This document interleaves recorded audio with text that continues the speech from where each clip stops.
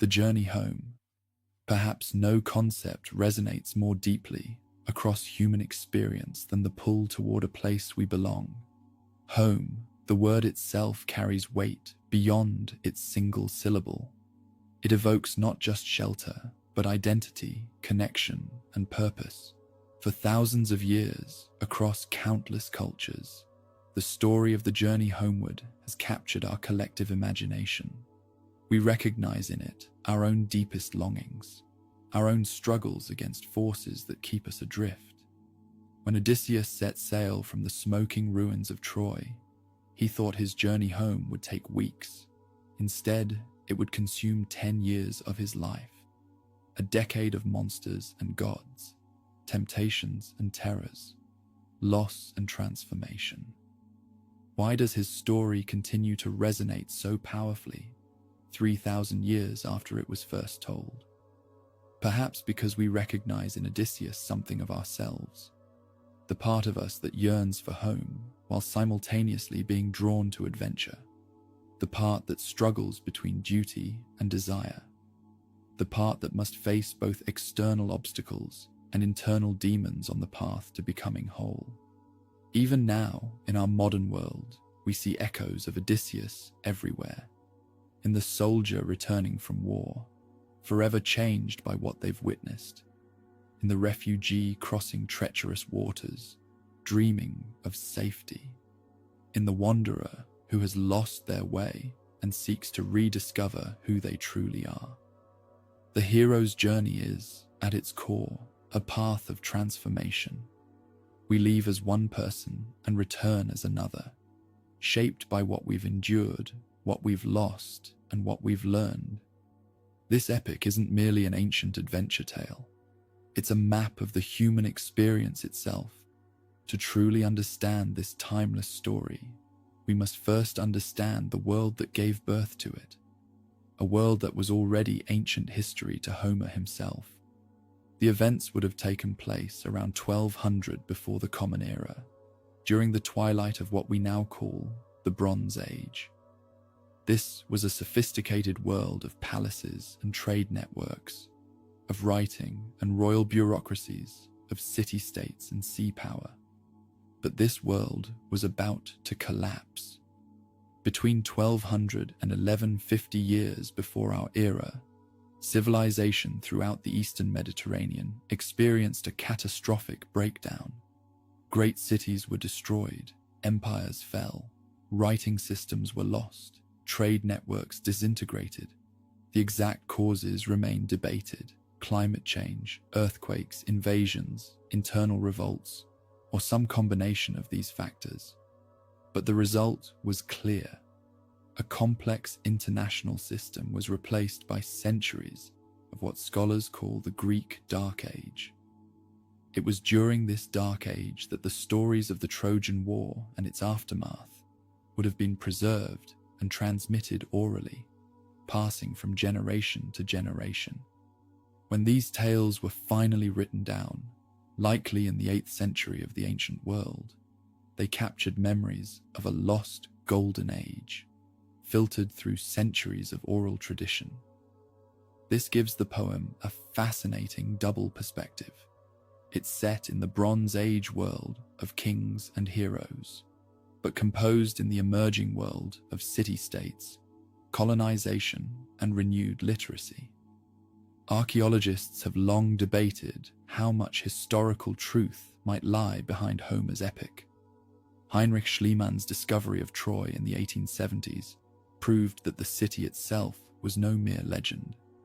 Excavations at Mycenae, Pylos, and Ithaca have revealed palace complexes not unlike those described in the poems. Yet this work is not history. It's something more profound, a cultural memory transformed into art, blending myth with reality, divine with human, the fantastical with the painfully real. Sing to me, O Muse, of the man of many devices. These words begin one of humanity's greatest literary achievements, yet the identity of the person who composed them remains one of literature's most enduring mysteries. Who was Homer? Was he a single poetic genius? A collective name for many bards? A woman rather than a man, as some scholars have suggested? We may never know. Ancient traditions describe Homer as a blind poet from the region of Ionia, in what is now Western Turkey. 7 cities claim to be his birthplace. His name itself may derive from a word meaning hostage or one who follows. Whatever the truth of his identity, Homer has come to represent the pinnacle of a sophisticated oral poetic tradition, a tradition that allowed epics of astounding complexity to be composed and transmitted without writing. How was this possible? Homeric poetry relied on what scholars call formulaic composition. This wasn't simple memorization of fixed texts. Rather, poets mastered a vast repertoire of metrical phrases, repeated scenes, and traditional story patterns that could be woven together during performance. These poets, known as aoidos or singers, were essentially oral composers, recreating the epic anew with each performance while maintaining its essential structure and themes. They were the living libraries of their culture, preserving not just stories, but values, history, and collective identity. Sometime around the 8th century of the ancient world, the revolutionary technology of alphabetic writing made it possible to capture these oral epics in written form. Whether this happened at the request of a ruler like Pisistratus of Athens, as some traditions claim, or through some other process, the result transformed human culture forever. The text we read today bears the marks of its oral origins. Recurring phrases like wine-dark sea and grey-eyed Athena, familiar scenes that follow predictable patterns, and narrative techniques that would have aided memory and performance. Yet it also shows signs of a unified artistic vision that only a master poet or poets could achieve. This ancient masterpiece is not simply a straightforward adventure tale. Its structure is as ingenious as its hero, employing sophisticated narrative techniques that would influence storytelling for millennia to come. Perhaps most striking is Homer's decision to begin in medias res, in the middle of things. Rather than starting with Odysseus leaving Troy, we first meet our hero in his 7th year of captivity on Calypso's island. The preceding adventures, the Cyclops, the Sirens, Scylla, and Charybdis, are related later through Odysseus's own narration to the Phaeacians. This creates a complex temporal structure. The poem's 24 books cover about 40 days of present time, yet encompass a decade of wandering through flashbacks and storytelling. It's a narrative architecture that feels remarkably modern in its complexity. The story also employs what scholars call ring composition, a structure where themes and motifs appear, then reappear in reverse order, creating a symmetrical pattern.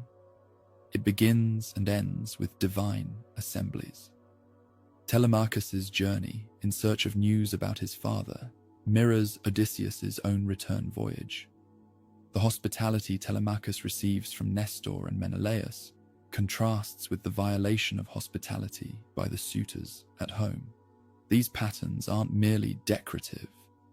They create meaningful contrasts and parallels that deepen our understanding of the poem's themes. The very language reflects this intricacy. Written in dactylic hexameter, 6 metrical feet per line, each foot typically containing 1 long syllable followed by 2 short ones. The Greek text has a distinctive rhythm that carried both artistic and memory-aiding power. This meter became synonymous with epic poetry in the Western tradition. When we compare this epic to its companion work, the Iliad, we see fascinating contrasts. While the Iliad focuses on wrath, glory, and death in the narrow confines of the Trojan battlefield, this journey embraces a wider geographical and emotional range.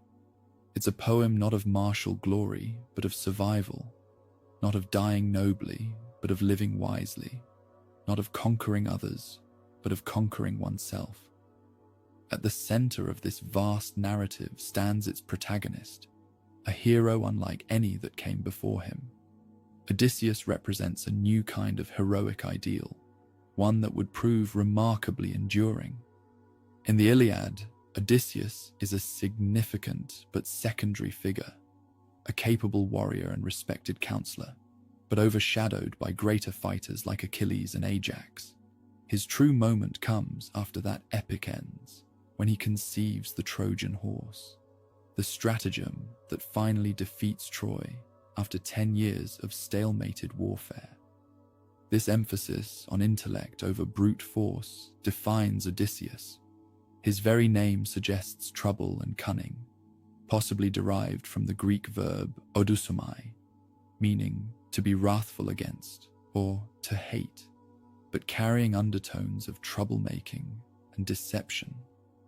Homer reinforces this identity through Odysseus' descriptive titles. He is Polytropos, man of many turns or many ways. He is Polymetis, of many devices or much cunning. He is Poikilometes, of various wiles. These qualities, rather than strength or speed, define his heroism. This emphasis on intelligence reflects a shift in heroic values. The post-Trojan War world rewards not those who can conquer cities, but those who can navigate complex social and supernatural threats while preserving their identity and relationships. Odysseus represents survival through adaptability, a hero for uncertain times. Yet Odysseus' defining strength becomes his tragic flaw. His cleverness breeds hubris, most fatally in the Cyclops episode, where he cannot resist revealing his true name to the blinded Polyphemus. This act of intellectual pride triggers Poseidon's wrath and condemns his men to years of suffering. There's an inherent duality to Odysseus that makes him fascinatingly human. He is both the faithful husband who rejects immortality to return to Penelope and the wanderer who spends years in other women's beds. He is both the loving father who weeps at the sight of his son and the commander whose recklessness costs his entire crew their lives. He is both the master storyteller who charms the Phaeacians and the master liar who deceives friend and foe alike.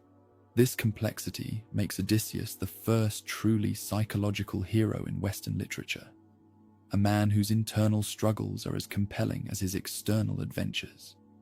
His journey is not just across dangerous seas, but through the treacherous waters of his own nature. While Odysseus struggles against gods and monsters to return home, his kingdom of Ithaca faces its own crisis, one that threatens the very social fabric of the realm. Picture Ithaca as Homer describes it, a rocky island kingdom off the western coast of Greece. Not the richest or largest of realms, but a place of deep attachment for its absent king. The palace that once maintained order now becomes the site of escalating disorder in Odysseus's prolonged absence. For 3 years, 108 young nobles from Ithaca and surrounding islands have occupied Odysseus's palace, ostensibly competing for Penelope's hand in marriage. But their behavior reveals their true nature, not as honorable suitors, but as parasites consuming the absent king's resources. They slaughter Odysseus' livestock daily for lavish feasts.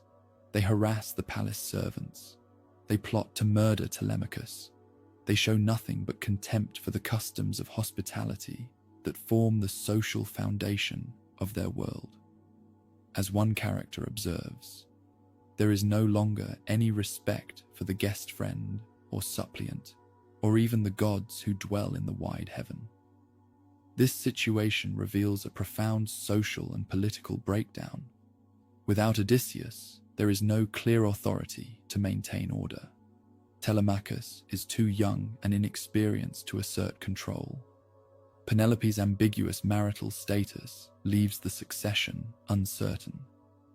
The elders of Ithaca prove unwilling or unable to restrain the young nobles. The crisis in Ithaca serves as a microcosm for broader themes of social order and disorder. It raises fundamental questions. What happens to a community when legitimate authority disappears? How fragile are the customs and laws that bind a society together? Who is responsible for maintaining justice when traditional structures fail? The economic impact of this crisis shouldn't be overlooked. The suitors' prolonged occupation represents a massive drain on the royal household's wealth, resources that would have taken generations to accumulate. When Odysseus finally returns, he will find not just his family threatened, but his very livelihood diminished. At the heart of this crisis stands Penelope, maintaining a precarious balance between resistance and accommodation. Her situation reflects the vulnerable position of women in a society where male protection determined social standing. Without a husband, father, or adult son to defend her interests, she navigates a nearly impossible situation through intelligence and delaying tactics. For Telemachus, this crisis represents his painful coming of age. Raised without a father in a household under siege, he struggles to find his place and voice. His journey to find news of Odysseus is as much about discovering his own identity as it is about learning his father's fate. No understanding of this epic is complete without recognizing its divine dimension. The gods aren't distant figures, but active participants in human affairs, shaping the action in ways both visible and invisible. Olympus functions as a kind of divine mirror to human society, with its own politics, conflicts, and alliances. Zeus reigns as the ultimate authority, but each deity pursues their own agenda. Their involvement creates a complex interplay between divine will and human agency that lies at the heart of the epic. Odysseus' fate is shaped by two opposing divine forces, Athena's steadfast support and Poseidon's implacable hatred. These gods represent more than mere supernatural patrons and opponents. They embody cosmic principles that Odysseus himself reflects.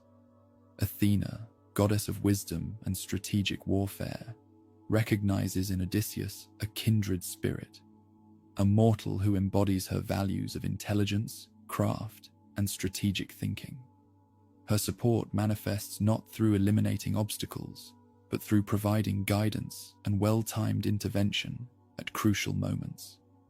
She is the voice of practical wisdom, helping those who help themselves. Poseidon's enmity stems from Odysseus' blinding of his son Polyphemus. As god of the sea, earthquakes, and horses, Poseidon represents untamable natural forces, the chaos and danger that threaten human order.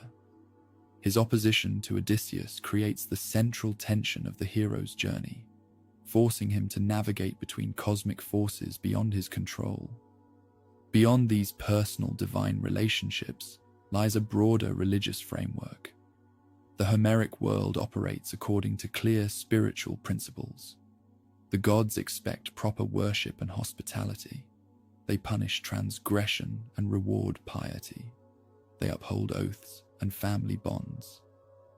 Xenia, the sacred practice of hospitality, receives particular emphasis. Zeus himself is Zeus Xenios, protector of guests and suppliants. The violation of these customs by the Cyclops, and later by the suitors, marks them as enemies of divine order, deserving punishment. Yet the relationship between fate, Moira, and divine will remains ambiguous. Even Zeus acknowledges limits to divine power. When humans suffer beyond their destined portion, he attributes it to their own folly rather than divine plan. This creates space for human responsibility within a universe governed by the gods.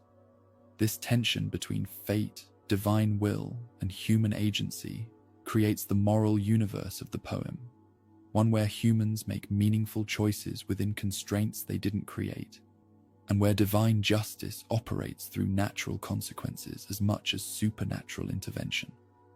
The gods, for all their power, remain recognizably human in their motivations and limitations. They experience jealousy, pride, compassion, and anger. They play favorites and hold grudges. They debate and sometimes reverse their decisions. This humanizing of the divine makes the cosmic order of the poem relatable rather than alien, familiar rather than wholly other. With these foundations established, the historical context, the poet, the structure, the hero, the crisis at home, and the divine framework, we can now begin to follow the twin journeys that form the heart of the epic: Telemachus's search for his father and Odysseus's long road home. Homer begins not with Odysseus, but with his son, Telemachus, a young man on the edge of adulthood, struggling to find his place in a world where his father's absence has left a gaping void. For most of his 20 years, Telemachus has lived a half-life, too young to remember his father, too old to remain passive in the face of the suitor's abuses. He has been raised in a palace under siege, watching as uninvited guests devour his inheritance and harass his mother. Without a father to guide him, he has grown uncertain, hesitant, a prince without authority in his own house. When we first meet Telemachus, he sits among the suitors, daydreaming of his father's return, imagining Odysseus bursting through the doors, driving the parasites from the palace, and reclaiming his rightful place. It is a fantasy of rescue rather than a plan for action. But divine intervention changes everything.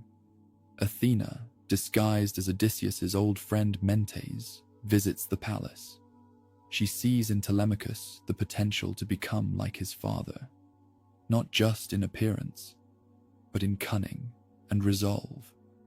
Her words spark something in the young man, planting the first seeds of independent action. "You must not cling to your boyhood any longer," she tells him. "You are no longer a child." This divine nudge propels Telemachus to his first political act, calling an assembly of the Ithacan elders, the first such gathering since Odysseus left for Troy 2 decades ago. Standing before the men of Ithaca, many of whom could barely recall when last they were summoned, Telemachus finds his voice. He denounces the suitors, appeals to the elders' sense of justice, and demands a ship to seek news of his father.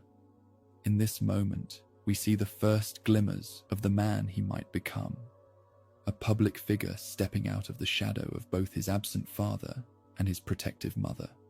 The suitors respond with mockery. The community offers no help. Yet Telemachus persists. Again, with Athena's aid, now disguised as mentor, he secures a ship and crew, slipping away from Ithaca under cover of night while the suitors feast, oblivious to his absence. His journey takes him first to Pylos, the kingdom of aged Nestor, who fought alongside Odysseus at Troy. Here Telemachus encounters his first model of proper hospitality, warmly welcomed, bathed, feasted, and honored, before Nestor even asks his name or purpose. Nestor, the oldest of the Greek chieftains who fought at Troy, represents living memory, a direct connection to Odysseus the warrior. He tells Telemachus tales of his father's intelligence and strategic brilliance during the war. Though he has no news of Odysseus's current whereabouts, he confirms the image of a father worth finding, a man of exceptional qualities. From Pylos, Telemachus journeys by chariot to Sparta, accompanied by Nestor's son, Pisistratus. There he meets Menelaus and Helen, the couple whose marital troubles launched 1,000 ships and the Trojan War itself. The palace of Menelaus gleams with luxury, filled with treasures gathered during his own long journey home from Troy. Here again, Telemachus is received with exemplary hospitality. When Helen recognizes him as Odysseus's son, by his striking resemblance to his father, we sense Telemachus growing into his identity. no longer just a boy left behind. Menelaus shares vital news, information he gained from the ancient sea god Proteus. Odysseus, he tells Telemachus, is alive but captive on the island of the nymph Calypso, in great suffering. For the first time, Telemachus has confirmation that his father lives, and with it, renewed purpose. But his journey's value extends beyond this intelligence. Through his travels, Telemachus gains perspective on his situation back home. He witnesses functional royal households, sees examples of marriages unlike the suspended animation of his parents' relationship, and observes how legitimate kingship operates. Perhaps most importantly, he begins to exhibit qualities associated with his father. He shows discretion when he chooses not to mention the suitors to Nestor, diplomatic tact when facing Helen, and strategic thinking when planning his return journey to avoid ambush. The education of Telemachus is not just about finding news of Odysseus. It is about becoming someone who could stand beside Odysseus, or in his place if necessary. Through interaction with his father's peers, Telemachus steps into the social world of heroic men, no longer confined to the increasingly feminized and compromised space of his father's palace. During his absence from Ithaca, the suitors discover he has gone. Outraged by this show of independence and worried that he might return with news or allies that could threaten their position, they plan an ambush, intending to murder him at sea as he returns home. This escalation shows both how threatening even a symbolic assertion of authority appears to those who have none, and how Telemachus has grown from a negligible figure to one worth eliminating. The parallel journeys of father and son, both navigating dangerous waters toward home, create one of the poem's most powerful symmetries. Though they travel separately, their paths are destined to converge, two halves of a legacy seeking reunion. While Telemachus sails the wine-dark sea in search of his father, Penelope remains at the palace, navigating her own treacherous waters. Her situation is a masterclass in the constrained agency of women in the ancient world.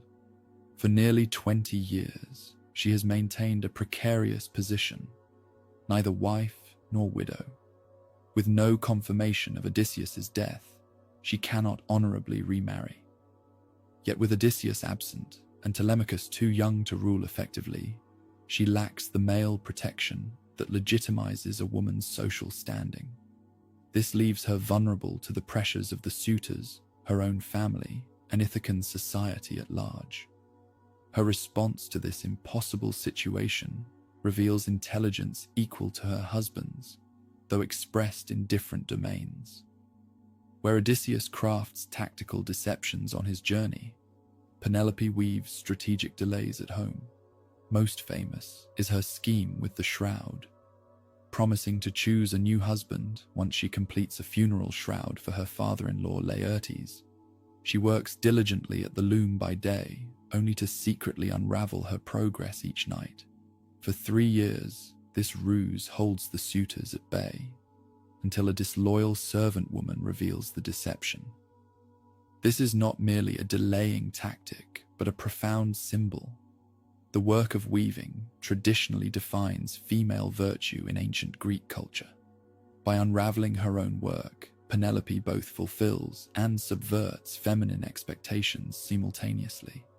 She appears the model of wifely industry, while covertly resisting the very social pressure her weaving ostensibly acknowledges. Penelope's intelligence manifests in other ways too. She carefully manages the suitors, sometimes placating them with appearances and formal courtesy, while never yielding the substance of her resistance.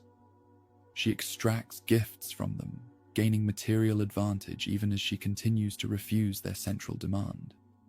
Her relationship with Telemachus reveals additional complexity. She has raised him alone, protected him from the suitors when he was younger, yet now must navigate his emerging independence. Their occasional tensions, as when he orders her back to her quarters during his first assertion of authority, reflect the awkward transition as he attempts to claim the male authority she has partially occupied in Odysseus's absence. Dreams and omens fill Penelope's world, suggesting a deep connection to subconscious or divine knowledge. She dreams of her husband, of her brother-in-law who dwells in the land of the dead, of an eagle slaughtering geese that represent the suitors. These dreams offer both comfort and confusion, hinting at truths she cannot yet fully comprehend. When news arrives of Telemachus's journey and the suitors plot to murder him, Penelope's distress reveals her emotional vulnerability beneath the calculated facade. For all her resourcefulness, she remains a woman whose entire family hangs in a precarious balance between absence and death. Her position at the center of the household creates a unique vantage point. She observes which servants remain loyal and which have been corrupted by the suitors. She maintains relationships with those she trusts, particularly her faithful attendant Eurycleia, who once nursed both Odysseus and Telemachus. Through these domestic networks, she retains some power within the increasingly hostile space of her own home. Unlike Helen in Sparta, who drugged her guests' wine to ease painful memories, Penelope preserves grief as a form of loyalty. Her tears and isolation maintain Odysseus' presence in his absence. By refusing to move forward, she creates a space where return remains possible. This steadfastness has elevated Penelope to an archetype of marital fidelity. Yet the poem suggests a more nuanced portrait than simple devotion. Her fidelity is active rather than passive, strategic rather than merely emotional. She demonstrates not just loyalty to her husband, but loyalty to her own authority and judgment. She remains faithful not only to Odysseus, but to herself, making her own decisions, rather than submitting to the pressure of others. When the disguised Odysseus finally meets her late in the epic, their interaction becomes a complex dance of revelation and concealment, testing and being tested. This mutual wariness, the caution of equals who recognize the high stakes of vulnerability, suggests how well matched they truly are, and why their reunion, when it finally comes, carries such emotional power. Beyond the central figures of Telemachus and Penelope lies the broader household, the oikos, that forms the basic social and economic unit of ancient Greek life. The crisis at Ithaca is not merely a family drama, but the unraveling of an entire social ecosystem. The Ithacan royal household comprises not just the immediate family, but concentric circles of dependents, servants, slaves, herders, field workers, and others whose lives are intertwined with the fortunes of the ruling family. In Odysseus' absence, this entire structure has become distorted.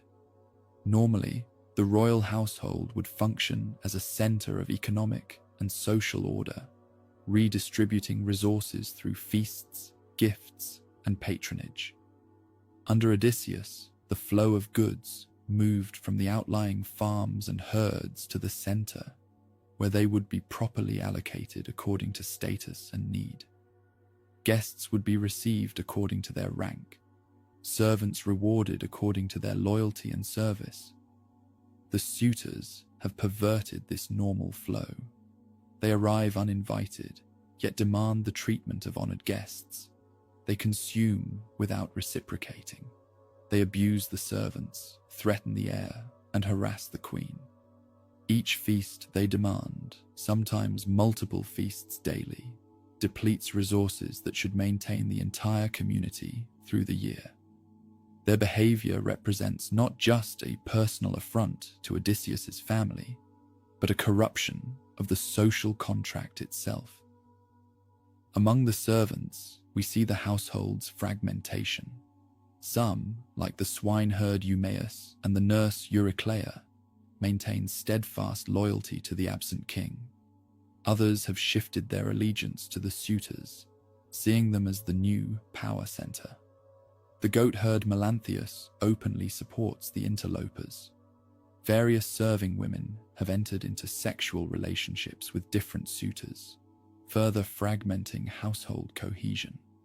The physical spaces of the palace reflect this social disorder.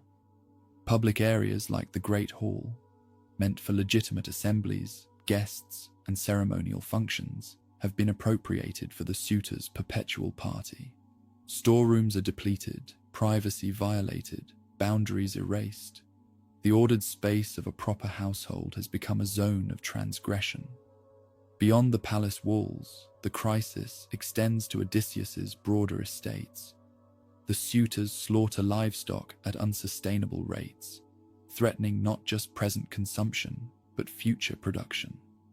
The careful husbandry that would maintain herds across generations gives way to short-term plunder. In this context, we understand why the eventual restoration requires not just the death of the suitors, but a literal cleansing of the household space, washing away blood, fumigating with sulfur, re-establishing physical and social boundaries. The return of the king is not merely personal, but the restoration of an entire economic and social order. Most poignant is the case of Argos, Odysseus's dog, who was aged from hunting hound to neglected creature lying on a dung heap. When he recognizes his disguised master, the only being to do so immediately and without assistance, he wags his tail once and dies, having lived just long enough to witness his master's return. Argos represents the decay of the household's outer reaches during Odysseus's absence, maintaining loyalty even when care and order have been withdrawn. The crisis in Ithaca thus operates on multiple levels simultaneously: personal, familial, economic, political, and moral. It is this layered crisis that gives Odysseus' eventual return its full significance, not merely a husband rejoining his wife, but the restoration of proper order to a world turned upside down. What remains remarkable about Homer's depiction is how he balances these social and economic dimensions with deeply personal perspectives. The household exists as both system and individuals, structure and emotion. Through this dual focus, the poem achieves its unique power, making us feel the intimate human cost of social disorder and the profound relief of restored harmony. Only now, after establishing the situation in Ithaca and following Telemachus on his journey of discovery, does Homer finally introduce us to Odysseus himself. We find him not in the midst of heroic action, but in a state of profound suspension, stranded on the island of Ogygia, captive to the nymph goddess Calypso. For 7 years, Odysseus has lived in this beautiful prison. Calypso's island represents paradise in material terms, a lush garden with fragrant cypress trees, plentiful food, a warm bed, and the love of an immortal being. She has even offered Odysseus what most mortals can only dream of: eternal life, ageless and undying, if he will stay with her as her consort. Yet we discover him sitting on the shore, gazing out at the sea, weeping for home. Day after day, he returns to this spot, his tears never exhausted, his longing undiminished by time or comfort. Calypso's paradise has become his purgatory. This powerful image, the man who refuses immortality because it would mean surrendering his identity, reveals the core of Odysseus's character. For what is identity but the sum of our connections, our history, our place in a human community? Ogygia offers Odysseus physical comfort, but denies him his social self. No one on Ithaca would ever know his fate.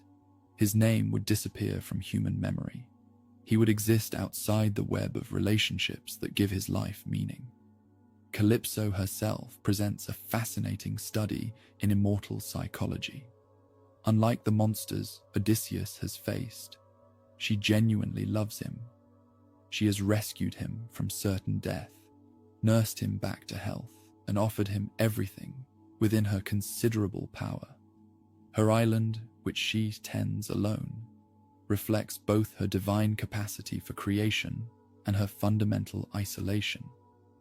When Hermes arrives with Zeus's command to release Odysseus, Calypso's response drips with bitter awareness of divine double standards. Male gods routinely pursue mortal women, she argues. Yet when a goddess loves a mortal man, they cannot abide it. Her complaint highlights the gendered politics of Olympus, and perhaps expresses Homer's subtle critique of patriarchal power. Despite her reluctance, Calypso assists Odysseus in building a raft to leave her island. She provides tools, materials, provisions, even sailing directions. Her final gift, clothing that keeps him warm and dry, represents her lingering care even as she surrenders him to his chosen fate. The Calypso episode crystallizes a central theme of the epic, the tension between temptation and homecoming. Throughout his journey, Odysseus faces variations on this choice: comfort versus struggle, present pleasure versus future identity, the extraordinary versus the ordinary. Each time, after various delays and diversions, he recommits to Ithaca, to Penelope, to his human, mortal life, with all its limitations and connections. This choice gains particular resonance because Odysseus' epithet, Polytropos, man of many turns or many ways, suggests his capacity for adaptation, even transformation. He could become many things, inhabit many lives. Yet he insists on returning to his specific life, his particular identity. His flexibility of mind exists in dynamic tension with his unwavering commitment to home.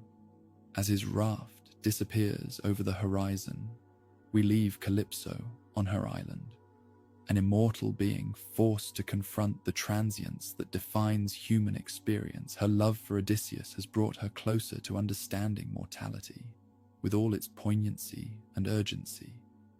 Perhaps this, too, is part of the hero's legacy, changing even the divine beings he encounters by embodying the particular dignity of human limitation. Freedom from Calypso's island does not mean freedom from danger. 17 days into his voyage, as land finally appears on the horizon, disaster strikes. Poseidon, returning from a visit to the Ethiopians, spots Odysseus on his raft and erupts in rage. The god of the sea has neither forgotten nor forgiven Odysseus for blinding his son Polyphemus. What follows is one of the epic's most vivid sequences, a storm of literally divine proportions. Poseidon summons winds from all directions simultaneously, raises mountainous waves, and shrouds everything in impenetrable clouds.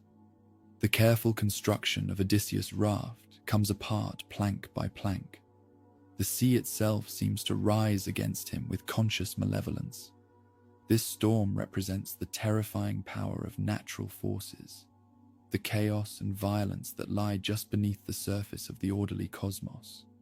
For ancient maritime cultures, the sea embodied both life-sustaining opportunity and ever-present danger. Every voyage was an act of courage, a temporary triumph over elemental forces that could reclaim the traveler at any moment. Odysseus' response reveals both his heroic qualities and his hard-earned wisdom.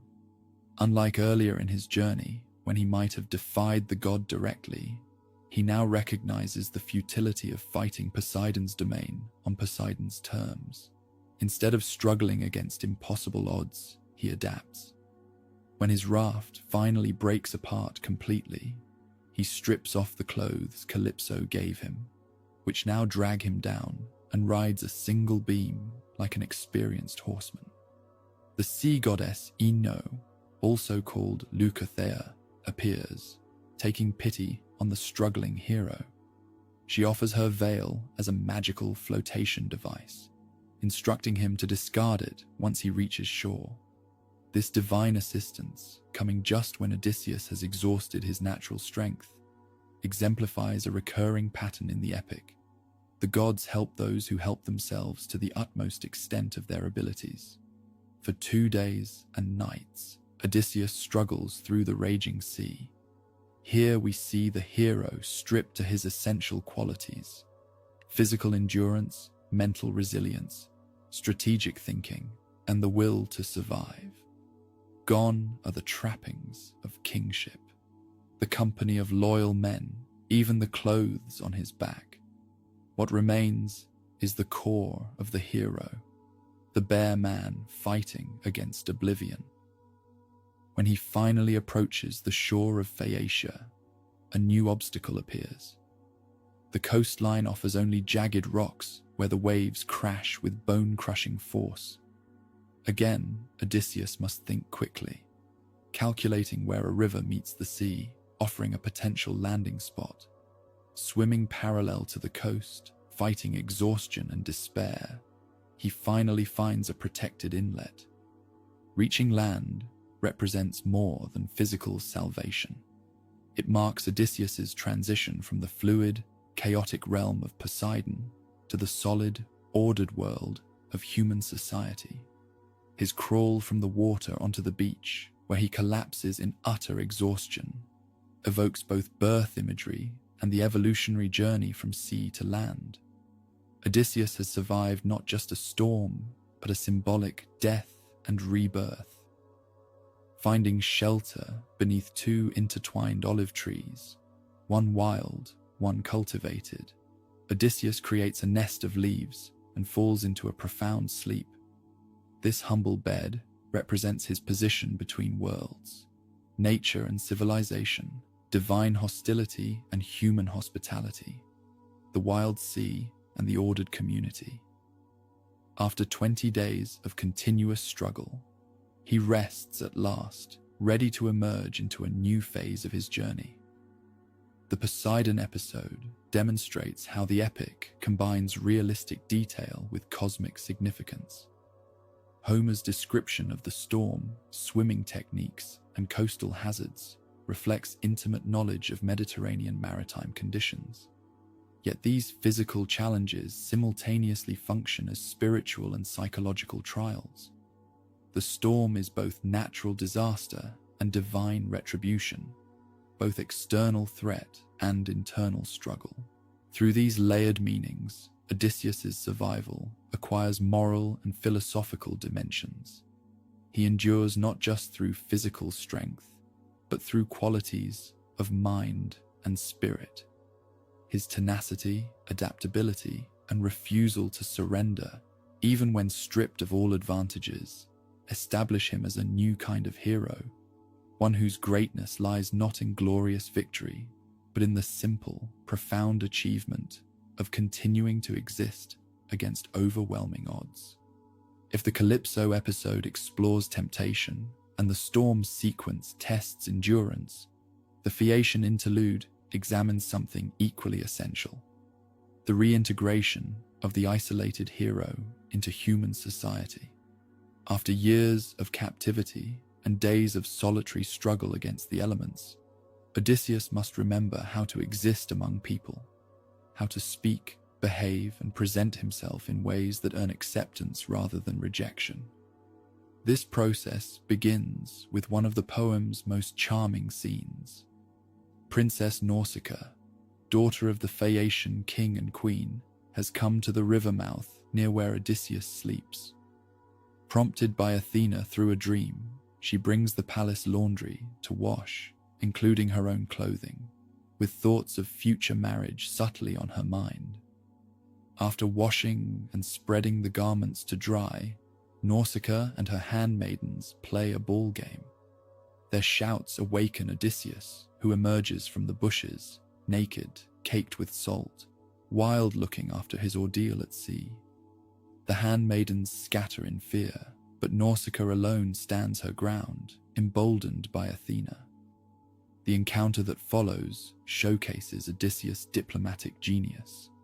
Though desperate, he recognizes that approaching the princess directly might frighten her. Instead, he keeps his distance and delivers a speech of exquisite tact, comparing her to the goddess Artemis, asking for basic assistance and appealing to her future happiness in marriage. He transforms himself from threatening stranger to worthy suppliant through the power of language alone. Nausicaa responds with matching graciousness. She offers clothing, food, directions to the palace, and practical advice about approaching her parents. Her composure and generosity, especially remarkable in one so young, establish her as an exemplar of proper treatment of strangers. If the suitors in Ithaca represent the violation of hospitality norms, Nausicaa embodies their perfect fulfillment. Beneath this formal exchange runs a current of unacknowledged attraction. Homer subtly indicates Nausicaa's interest in the mysterious foreigner, her comment to her handmaidens that she wouldn't mind a husband like him, her hope that he might stay in Phaeacia. For his part, Odysseus recognizes her exceptional qualities, paying her the highest compliment he can offer when he compares her to a young palm tree he once saw at Apollo's shrine in Delos. Yet both understand the impossibility of any deeper connection. Odysseus's heart remains fixed on home. Nausicaa, for all her youthful fascination, maintains the decorum proper to her station.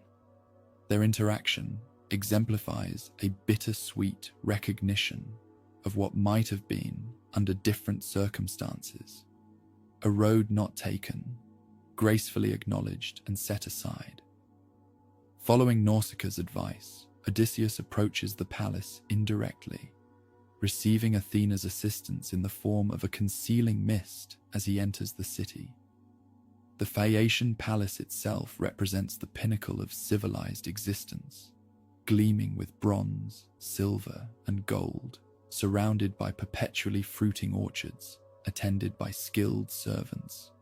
The royal couple, Alcinous and Arete, preside over an island untouched by war, blessed with exceptional ships that cross the sea, swift as a bird or thought itself. When Odysseus enters as a suppliant, grasping Queen Arete's knees in the traditional posture of request, the Phaeacians respond with model hospitality. They offer food, drink, and lodging before even asking his name or business. They promise safe passage to his destination. They treat him not as a suspicious foreigner, but as a guest under divine protection, which, given Athena's involvement, he truly is. The following day, the Phaeacians honor their guest with athletic games. When one young athlete insults Odysseus, suggesting he looks more like a merchant than a sportsman, the hero responds by easily winning the discus throw, demonstrating that his strength and athletic prowess remain intact despite his recent ordeal. This small victory foreshadows his eventual triumph over the young suitors at home. The evening feast brings the pivotal moment of the Phaeacian episode. The court bard Demodocus sings of the Trojan War, first of a quarrel between Odysseus and Achilles, later of the Trojan horse strategy that Odysseus devised. Hearing these tales of his former glory, Odysseus weeps behind his cloak, moved by memories of friends lost and hardships endured. King Alcinous notices his guest's distress and gently asks the question that transitions the epic from third-person narration to first-person account. Who are you? Tell us your name. In response, Odysseus finally reveals his identity and begins the tale of his wanderings since leaving Troy, a narrative that will occupy the next 4 books of the epic. This moment of revelation carries enormous emotional weight. For the first time since leaving Calypso's island, Odysseus publicly reclaims his name and identity. He steps out of anonymity into his own legend, bridging his past glory and his present circumstances. The attentive, admiring Phaeacian audience represents a first step toward the restoration of his social standing, a receptive community that acknowledges his trials and celebrates his resilience. The Phaeacian episode thus serves multiple narrative functions. It provides Odysseus with a sympathetic audience for his tale, creating the frame story that allows his earlier adventures to be recounted. It demonstrates the proper functioning of hospitality to contrast with its perversion by the suitors. It shows Odysseus relearning social skills that years of isolation had forced him to set aside. More subtly, the Phaeacians represent an idealized society, a kind of halfway point between the magical realms Odysseus has traversed and the flawed, complex human world of Ithaca. Their exceptional ships, their blessing by the gods, their freedom from ordinary toil all place them at the border between the mundane and the marvelous. They serve as a transitional space for Odysseus, allowing him to process his extraordinary experiences before returning to ordinary human society. When Odysseus concludes his tale, the Phaeacians load him with gifts, more treasure than he would have received from his share of Troy's plunder had he returned directly. They deliver him asleep to the shores of Ithaca, gently placing him and his new wealth on the beach before departing. This peaceful transition from guest friend to returned king contrasts sharply with the violent homecoming he must now undertake. The Phaeacian interlude thus completes Odysseus' emergence from isolation and anonymity. Having survived divine imprisonment and natural catastrophe, having reclaimed his name and shared his story, he now stands ready to reclaim his place in the human world, not as a supplicant seeking acceptance, but as a king determined to restore justice to his domain. Seated among the Phaeacians, their guest of honor in a gleaming hall far from home, Odysseus begins his tale. His voice, unused to such extended speech after years of isolation, carries the weight of memories long suppressed. The attentive silence of his audience mirrors our own as we finally hear directly from the hero about the lost decade between Troy's fall and Calypso's island.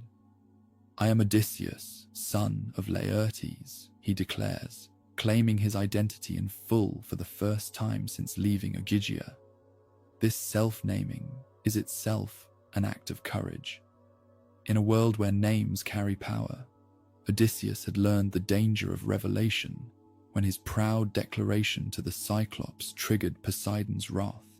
Yet here, among potential allies, he reclaims his name and the story attached to it. What follows is not a straightforward chronology, but a carefully structured narrative. Odysseus proves himself as masterful a storyteller as he is a strategist. He selects, arranges, and emphasizes events to create maximum impact on his audience. Whether every detail is precisely as it occurred matters less than the truth of the experience, the emotional reality of a journey that tested human limits in every way imaginable. From Troy, with a fleet of 12 ships and their crews, Odysseus first raids the land of the Cicones. This brief military adventure, successful at first, then turning against the Greeks when reinforcements arrive, serves as a transition from the warrior world of the Iliad to the more complex moral universe of the Odyssey. The men seize plunder, kill men, and take women captive, behaving as conquering soldiers typically did. Odysseus urges a quick departure, but his men prefer to feast on the beach, leaving themselves vulnerable to counterattack. When the Ciconian reinforcements arrive, the Greeks suffer significant casualties, 6 men from each ship lost, before escaping back to sea. This small defeat foreshadows greater losses to come and establishes a pattern. Odysseus often provides sound counsel that his men disregard to their detriment. Blown off course by storms, they next encounter the Lotus Eaters, a people who subsist on a flowering plant that induces peaceful forgetfulness. The men Odysseus sends to explore eat the lotus and lose all desire to return home. wishing only to remain and consume more of the dream-inducing food. Odysseus physically drags them back to the ships, ties them beneath the benches, and orders immediate departure. The Lotus Eaters present no direct threat of violence, yet they embody a more insidious danger, the temptation to surrender purpose, memory, and identity for the sake of pleasant sensation. Their episode, though brief, introduces a central theme of the epic, the tension between the allure of forgetting and the painful necessity of remembering. Throughout his wanderings, Odysseus will face variations on this choice, consistently rejecting easy escape in favor of the harder path homeward. The next landing brings disaster on an entirely different scale. Arriving at the land of the Cyclopes, giant, solitary shepherds without laws or community, Odysseus takes 12 men to explore a cave, well stocked with cheese and milk.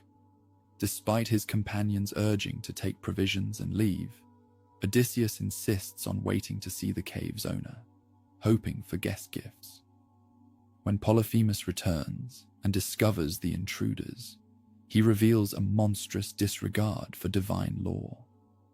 "We don't care about Zeus or blessed gods," he tells Odysseus, before seizing 2 men, smashing their heads against the ground and devouring them raw.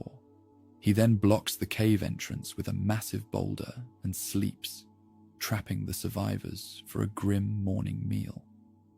The Cyclops episode unfolds as a contest between brute strength and intelligence. Unable to move the boulder themselves, the Greeks cannot simply flee. Direct combat would likewise prove fatal against the giant's physical power. Odysseus must rely on stratagem, the quality that defines him. His plan proceeds in careful stages. First, he offers the Cyclops potent wine, loosening the monster's caution.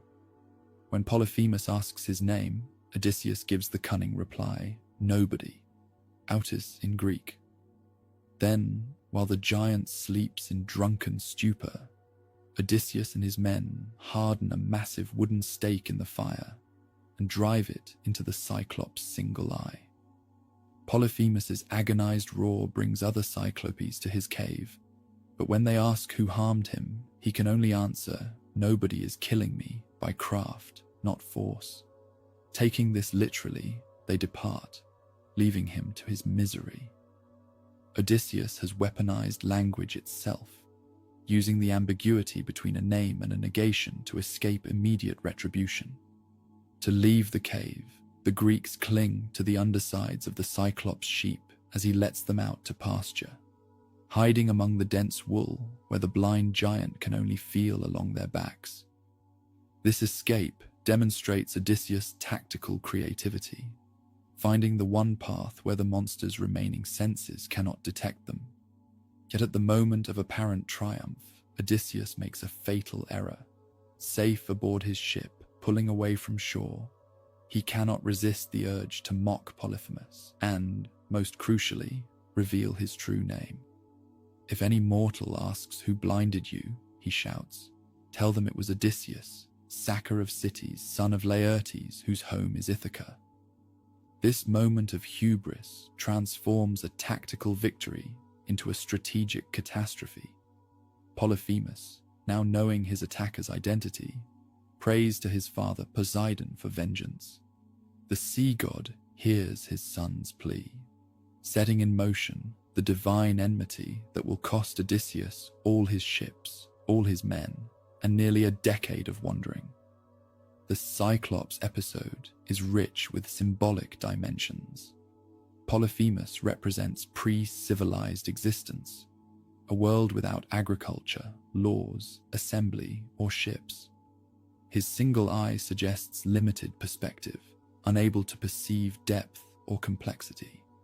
His dwelling in isolation without community reflects an existence contrary to Greek ideals of the polis. By blinding him, Odysseus asserts the superiority of civilization, strategy, and collective action over solitary brute force. Yet the episode also reveals Odysseus' fatal flaw, the pride in his own cleverness that drives him to claim credit for his deed. The name that he has spent the epic trying to live up to return to, becomes the very thing that extends his wanderings. Identity proves both essential and dangerous, a double-edged sword that cuts both ways. After escaping Polyphemus, Odysseus's fleet reaches the floating island of Aeolus, keeper of the winds. This divine host treats them hospitably for a month, then provides supernatural assistance for their journey home, a leather bag containing all contrary winds, leaving only the westerly breeze free to blow them straight to Ithaca. For 9 days, Odysseus personally mans the sheet, refusing sleep as they sail homeward. Success lies literally within sight. They draw close enough to Ithaca to see people tending fires on shore. At this pivotal moment, exhaustion finally overcomes the hero, and he falls into deep slumber. His men, long suspicious of the mysterious bag which Odysseus has guarded closely, see their opportunity. Assuming it contains treasure their leader intends to keep for himself, they open it while he sleeps. The captive winds explode outward in a devastating storm that blows the fleet back across the sea to Aeolus's island. When Odysseus returns to request further help, Aeolus recoils in horror. Any man so clearly cursed by the gods, he reasons, deserves no assistance. This second rejection by Aeolus, refusing even to hear Odysseus's plea, emphasizes how one failure of trust compounds into greater isolation. The Aeolus episode reinforces the theme of nearly achieving home only to face renewed exile. It also highlights the fatal dynamic between Odysseus and his men, his secrecy breeding their suspicion, their impulsiveness undermining his strategy. Neither fully trusts the other, creating a cycle of misunderstanding with tragic consequences. 6 days of rowing brings the weary fleet to the land of the Laestrygonians, a race of giant cannibals. Odysseus prudently keeps his own ship outside the harbour, while sending scouts ahead. This caution saves him, but cannot protect the rest of the fleet. The Laestrygonians destroy 11 ships and devour their crews, spearing the men like fish and carrying them off for their grisly feast. Only Odysseus's ship escapes the massacre. In a matter of moments, he has gone from commanding hundreds of men to just dozens, his responsibility both diminished and intensified by this catastrophic loss. The swift, brutal destruction of nearly his entire expedition marks the darkest point of his journey and sets up the extended interlude on Circe's island that follows. With one ship and an increasingly desperate crew, Odysseus lands on Aiaia, home of the enchantress Circe. Dividing his remaining men into 2 groups, he sends the first, led by his kinsman Eurylochus, to explore. They discover a palace surrounded by docile lions and wolves, animals transformed by Circe's magic. Inside, the goddess welcomes them with a feast laced with enchanted ingredients. After they eat, she touches them with her wand, transforming all but Eurylochus, who had remained suspicious outside, into swine, maintaining their human minds within animal bodies. When Eurylochus returns with news of this horror, Odysseus sets out alone to confront the goddess. On his way, he meets Hermes, who provides both a magical herb called Molly to protect against Circe's spells and specific instructions for subduing her. Following this divine guidance, Odysseus resists the enchantress's magic, draws his sword against her, and compels her to swear an oath not to harm him. This encounter transforms into an extended stay on Aiaia. Circe restores the men to human form, hosts the crew for a full year of feasting, and becomes Odysseus's lover. This interlude of pleasure and respite seems to make the crew forget their homeward mission entirely.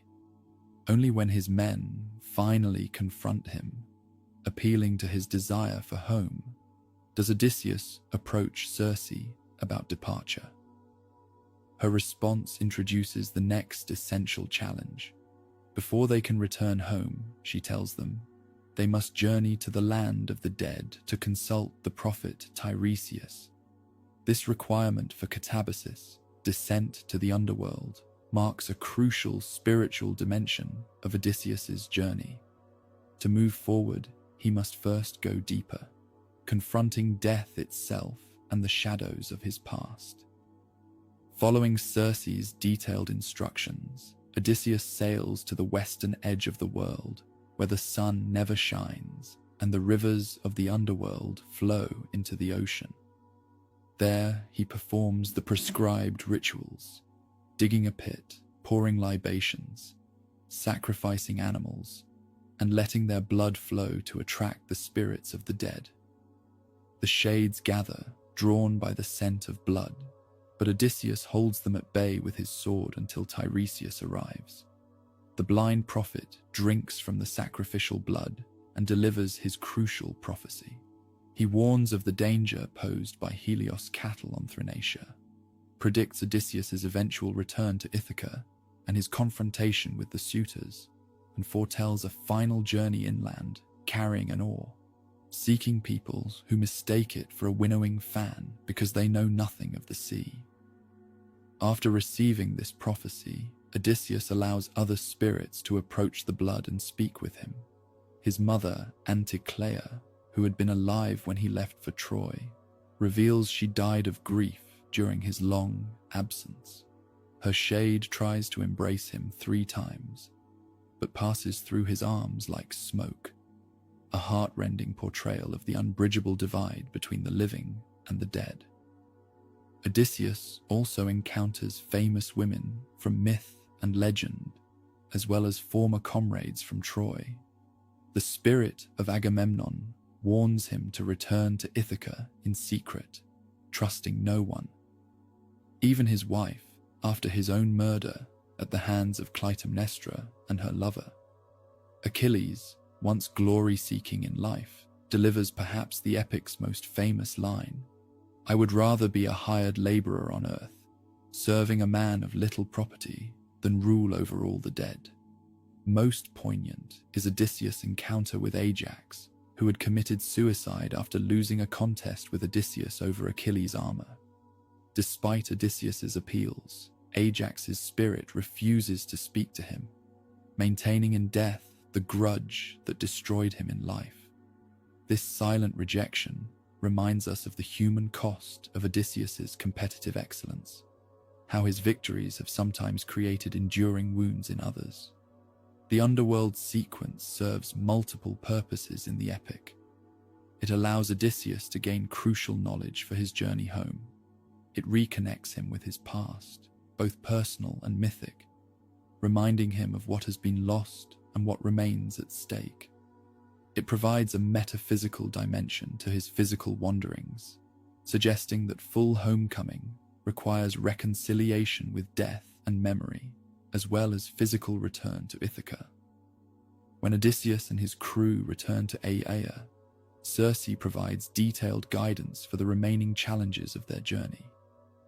She outlines 3 specific dangers: the sirens, whose enchanting song lures sailors to their death; the passage between Scylla and Charybdis, where they must choose between losing some men or the entire ship; and the island of Thrinacia, with its sacred cattle of Helios, which must be left untouched despite any hunger or hardship.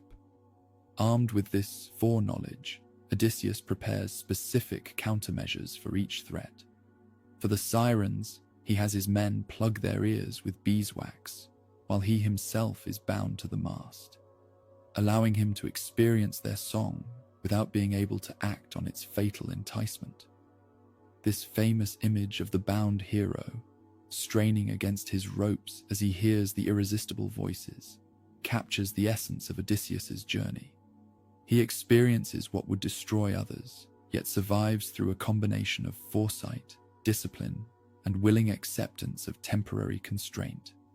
The content of the sirens' song proves revealing.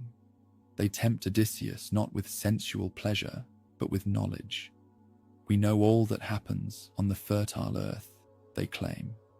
Their appeal targets his intellectual curiosity, his desire to know and understand, which has driven both his greatest achievements and his most costly mistakes.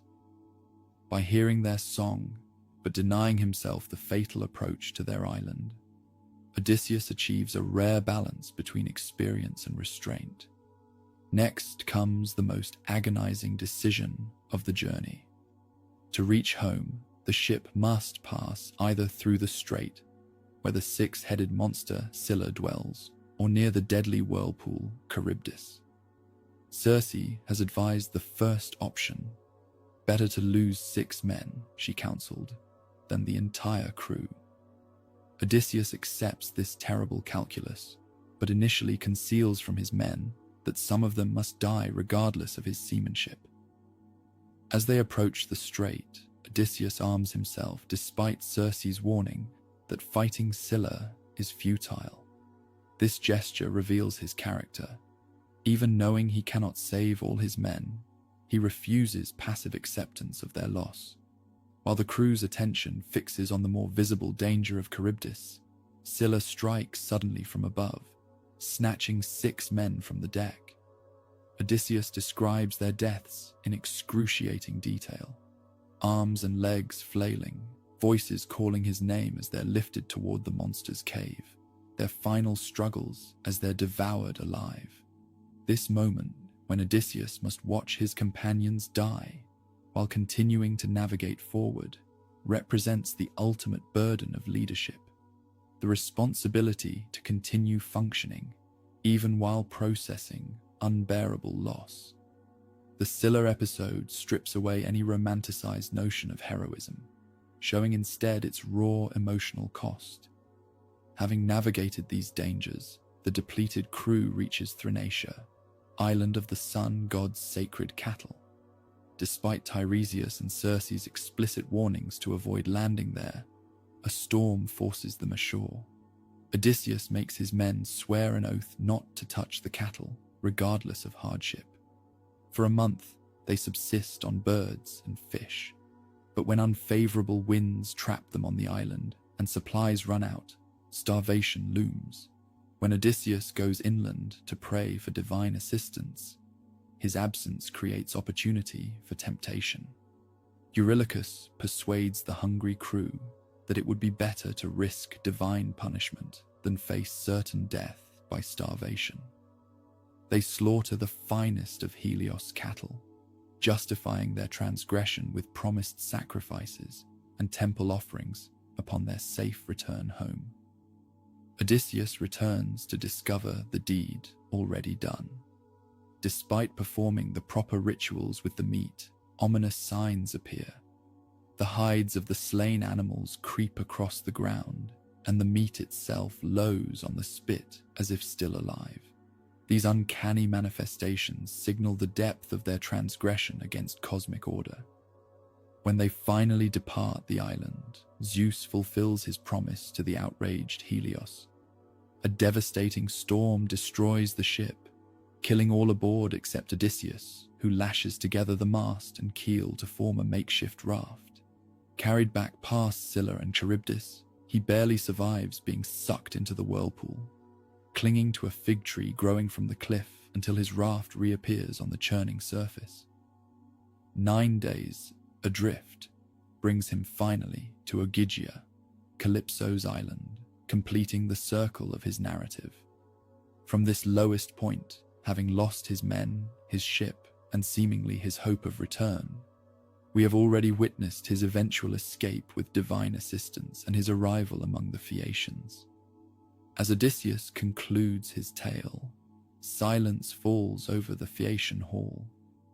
This extended first-person narrative has revealed dimensions of the hero invisible from the outside. His decision-making process, his emotional responses to loss, his moments of both brilliance and error. By allowing Odysseus to tell his own story, Homer gives him agency in shaping his identity through narrative, just as he must rebuild his identity through action upon returning to Ithaca. The Wanderings Odysseus describes map not just geographical space, but moral and psychological territory. Each adventure tests specific aspects of human nature.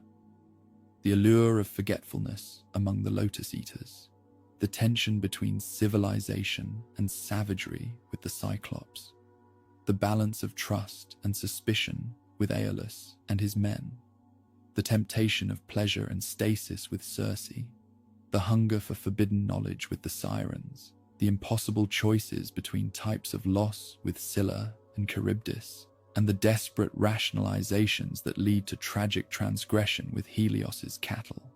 Together, these episodes form a complex exploration of human limitations and aspirations. They reveal Odysseus as neither perfect hero nor mere victim of divine caprice, but as a man navigating impossible circumstances with extraordinary yet flawed capabilities. His survival when all others perish results from a combination of divine favor, personal excellence, and simple luck, a trinity of factors the Greeks recognized as governing human fortune. As the Phaeacians prepare to deliver Odysseus to Ithaca, with ships swift as thought itself, the wandering phase of his journey concludes. Ahead lies an even greater challenge, not surviving among monsters and gods, but reclaiming his place in the human world he left behind 20 years before. The skills, insights, and determination forged through his wanderings will now be tested in the complex social landscape of home. The Phaeacians deliver on their promise. Their miraculous ship carries the sleeping Odysseus across the sea to Ithaca, where they gently place him and his newfound treasures on the shore before departing. When Odysseus awakens, he finds himself surrounded by morning mist, unable to recognize the very homeland he has struggled so long to reach. This moment of disorientation captures a profound truth about homecoming after prolonged absence. Places change. Memory proves unreliable. The returning traveler must reconcile the home of imagination with the reality that confronts them. For Odysseus, this reconciliation begins with uncertainty bordering on despair. Has he been deceived, abandoned on some strange shore with his gifts? Athena appears, first disguised as a young shepherd, then revealing herself to her favorite mortal. Their exchange highlights their special relationship, a blend of divine patronage and mutual respect. When Athena asks why he doesn't immediately recognize his homeland, Odysseus initially responds with caution, creating a false tale about his identity. The goddess smiles at this reflexive deception, noting with approval that anyone who matched Odysseus in craft would need to be a champion deceiver. Together, they hide his treasures in a nearby cave. Then, Athena transforms him into an aged beggar, stooping his posture, wrinkling his skin, clouding his bright eyes, and clothing him in rags. This disguise serves multiple purposes. Practically, it protects him from the suitors who would kill him on sight. Strategically, it allows him to observe the situation in his palace unrecognized, testing loyalties before revealing himself. Symbolically, it represents his liminal status, physically present in Ithaca, but not yet restored to his proper identity and position. Athena, meanwhile, departs for Sparta to retrieve Telemachus, who has lingered perhaps too long, enjoying Menelaus's hospitality.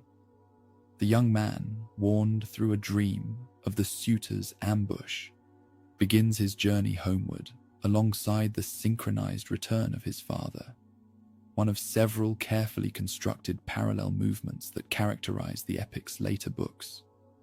Disguised as a beggar, Odysseus seeks out the dwelling of his swineherd, Eumaeus, following Athena's guidance. This humble hut, far from the corrupted splendor of the palace, becomes the staging ground for the eventual reclamation of his kingdom. Here, Odysseus encounters the first example of unwavering loyalty among his servants. Despite his ragged appearance, Eumaeus welcomes the stranger with every hospitality his modest means allow, sharing food, providing shelter, and treating him with dignity.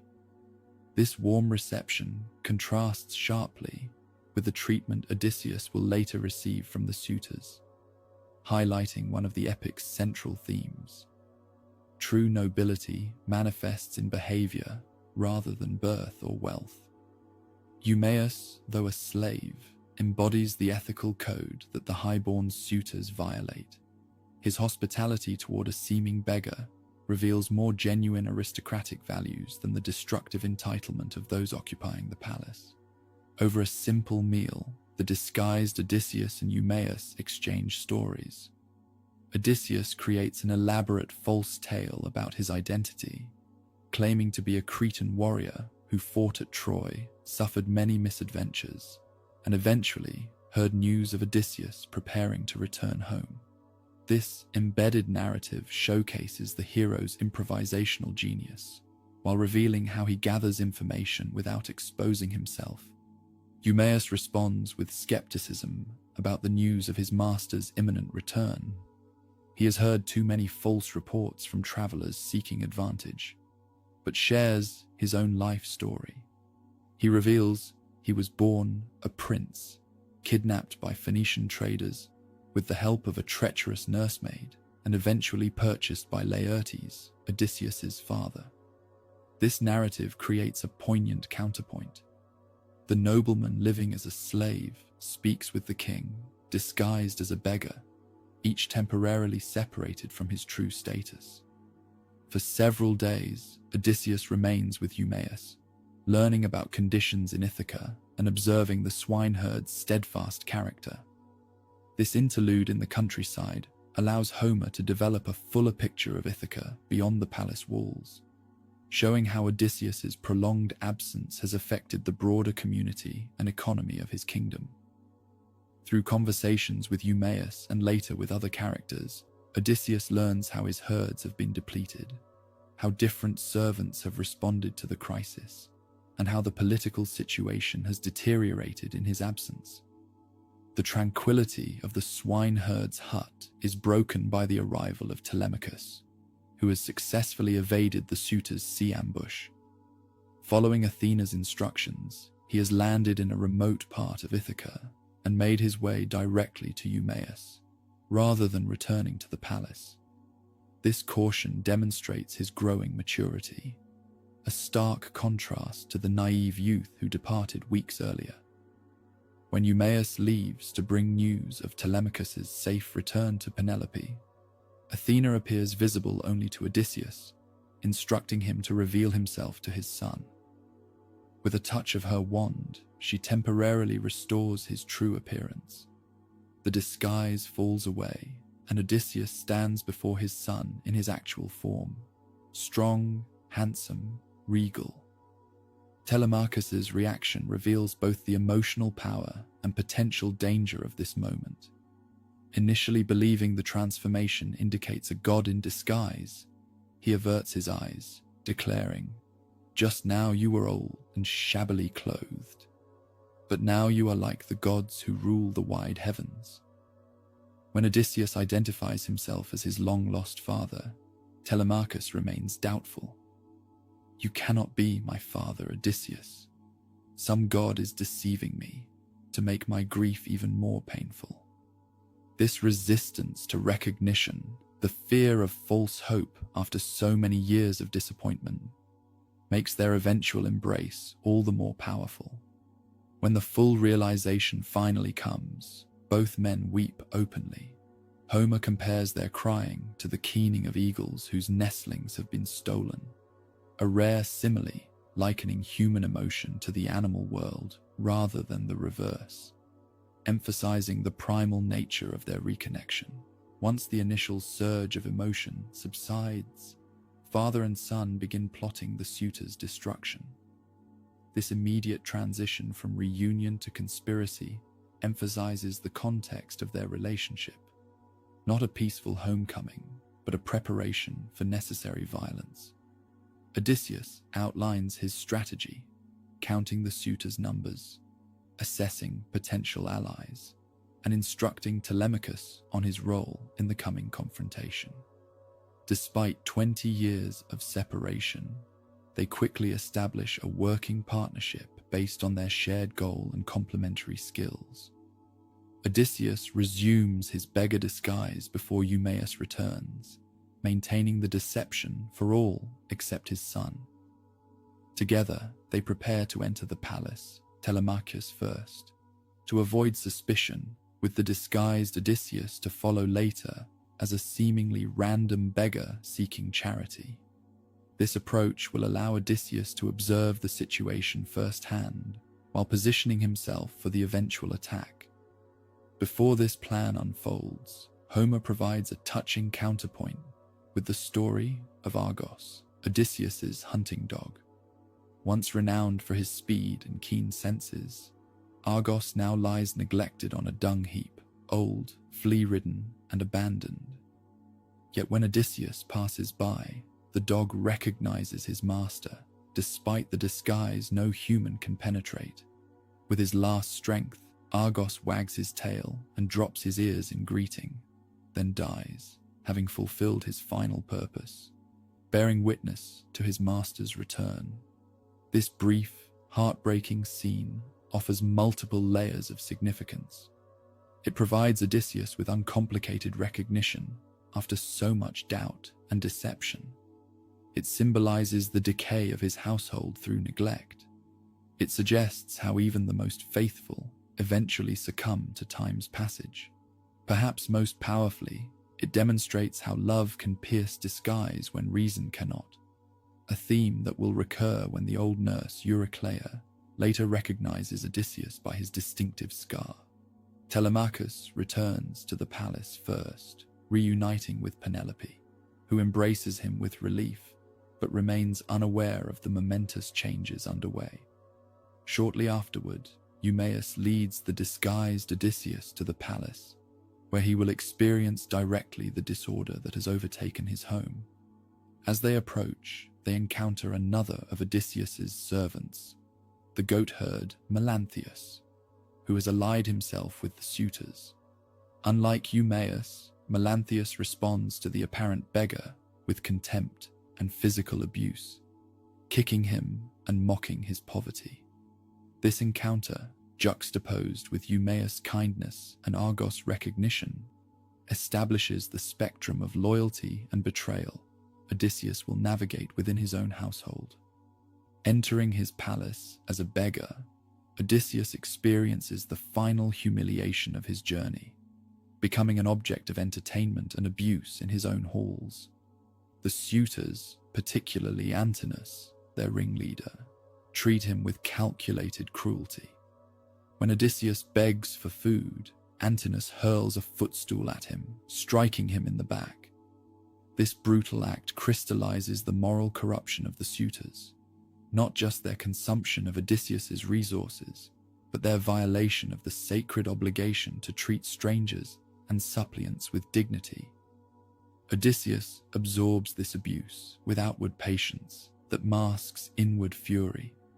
Each insult adds to the justified rage that will eventually explode in bloody retribution.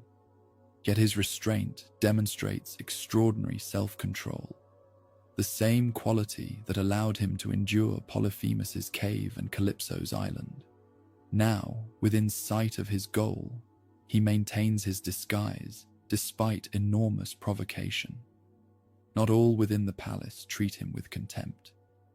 Penelope, hearing of the stranger's arrival and the abuse he suffered, summons him to ask if he has news of Odysseus. Their conversation with the queen, unaware she speaks to her husband, creates dramatic irony of the highest order. Odysseus fabricates yet another false tale, claiming to have hosted the real Odysseus years ago and offering detailed predictions about his imminent return. This extended scene between disguised husband and questioning wife explores the paradox of intimate estrangement. They sit together, physically close, yet separated by deception and uncertainty. Odysseus must suppress his desire to reveal himself, while Penelope struggles between hope sparked by the stranger's convincing claims and the caution born from years of disappointment. Their conversation deepens our understanding of Penelope, revealing her intelligence, her diplomatic skill in extracting information, and her emotional resilience.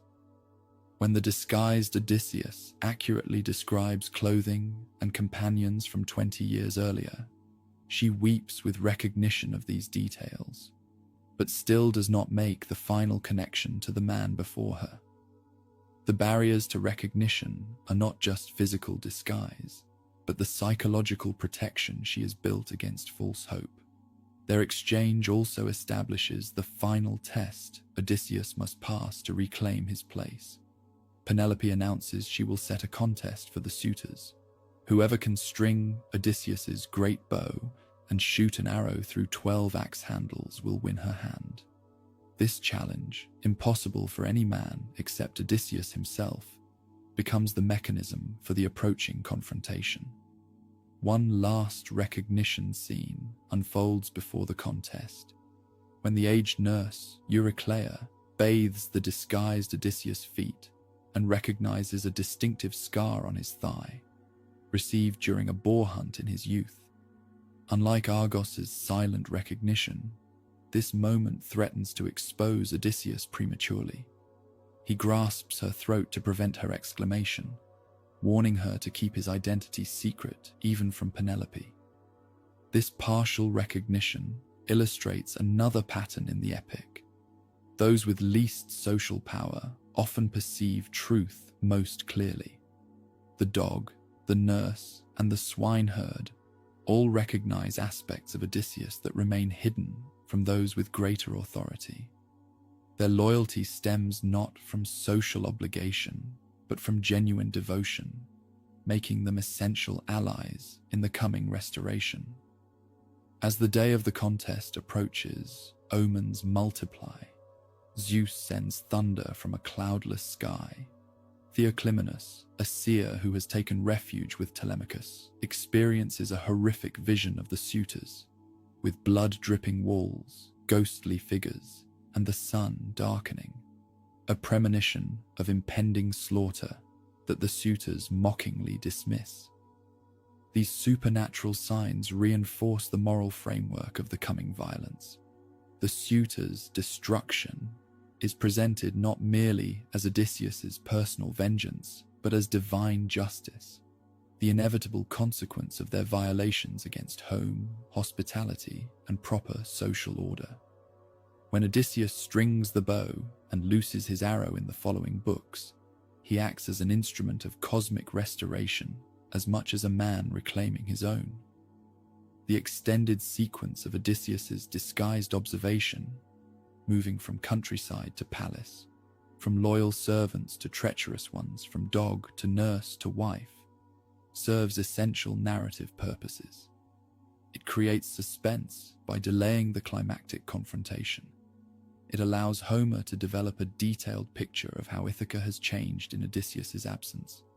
Most importantly, it establishes the moral justification for the extreme violence to come, showing the depth of corruption that necessitates such a bloody cleansing.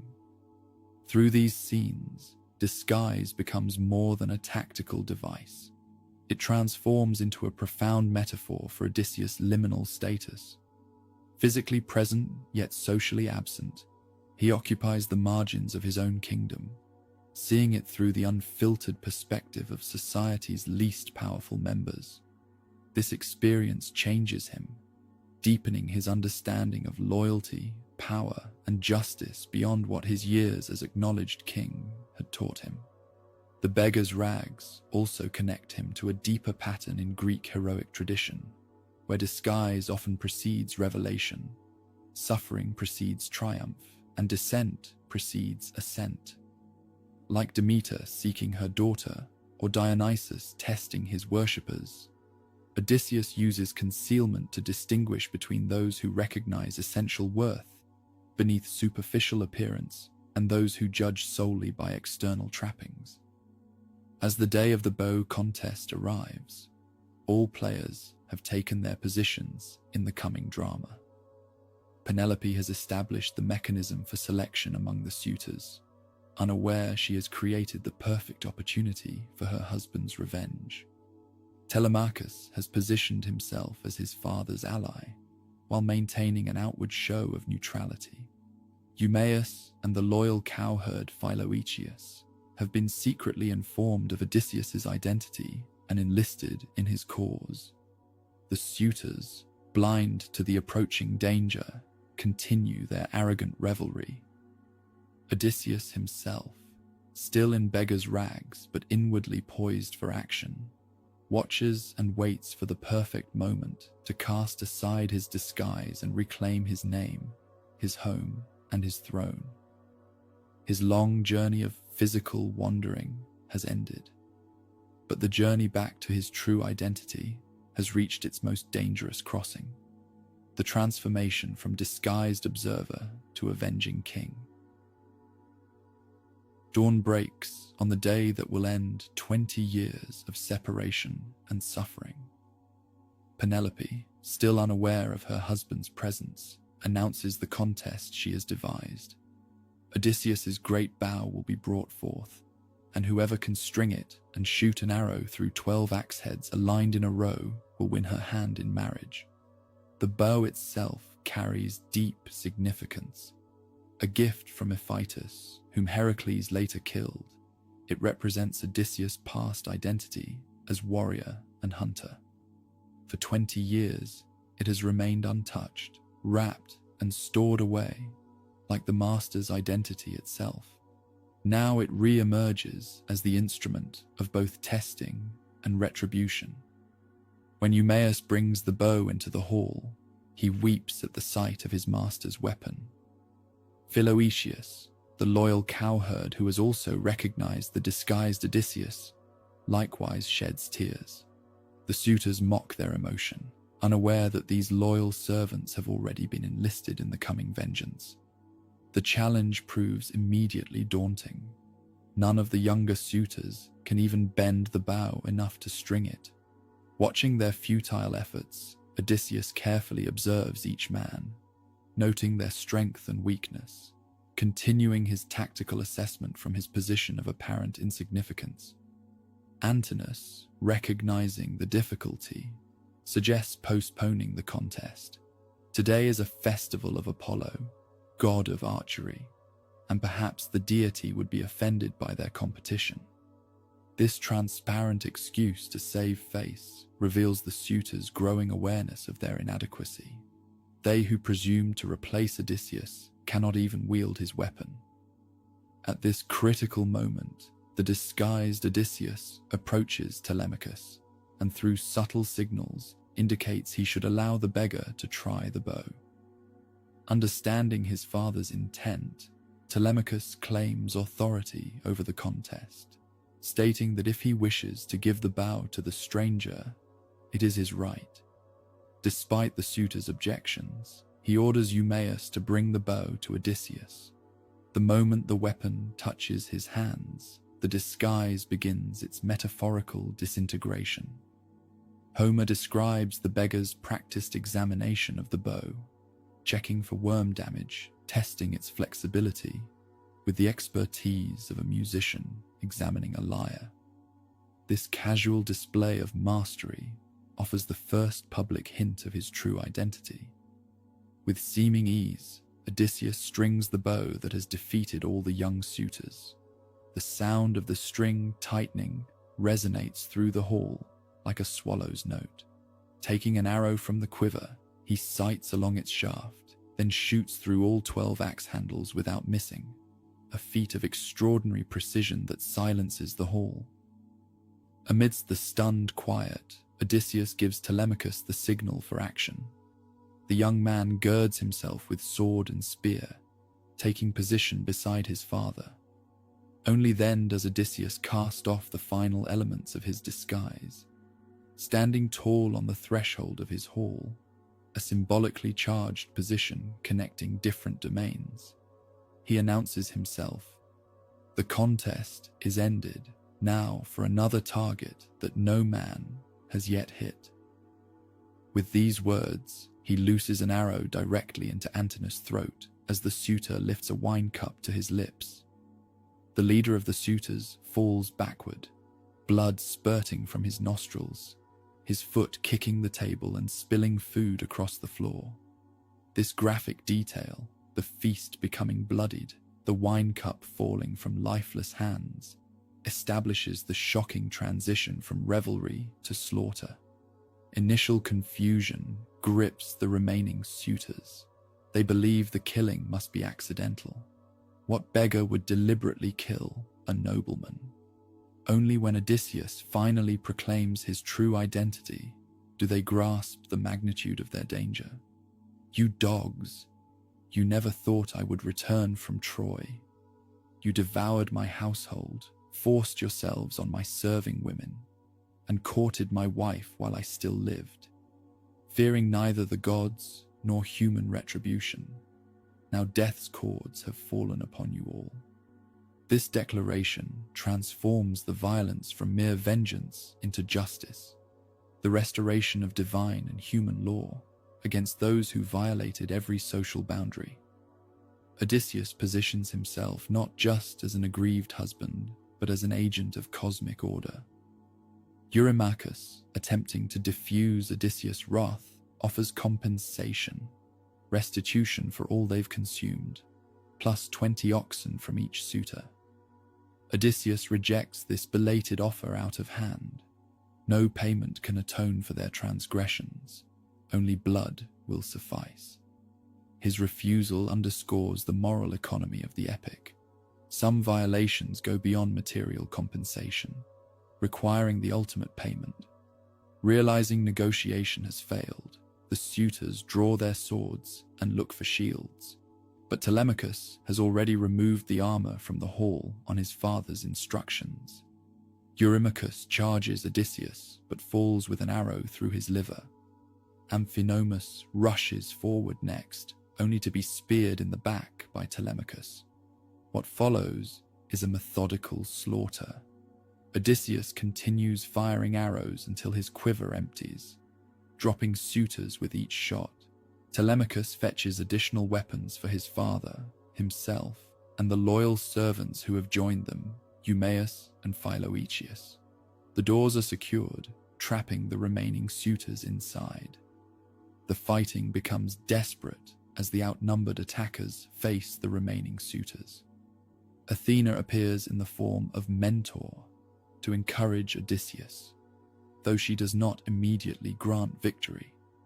Instead, she tests the aging hero's strength and courage before finally intervening more directly.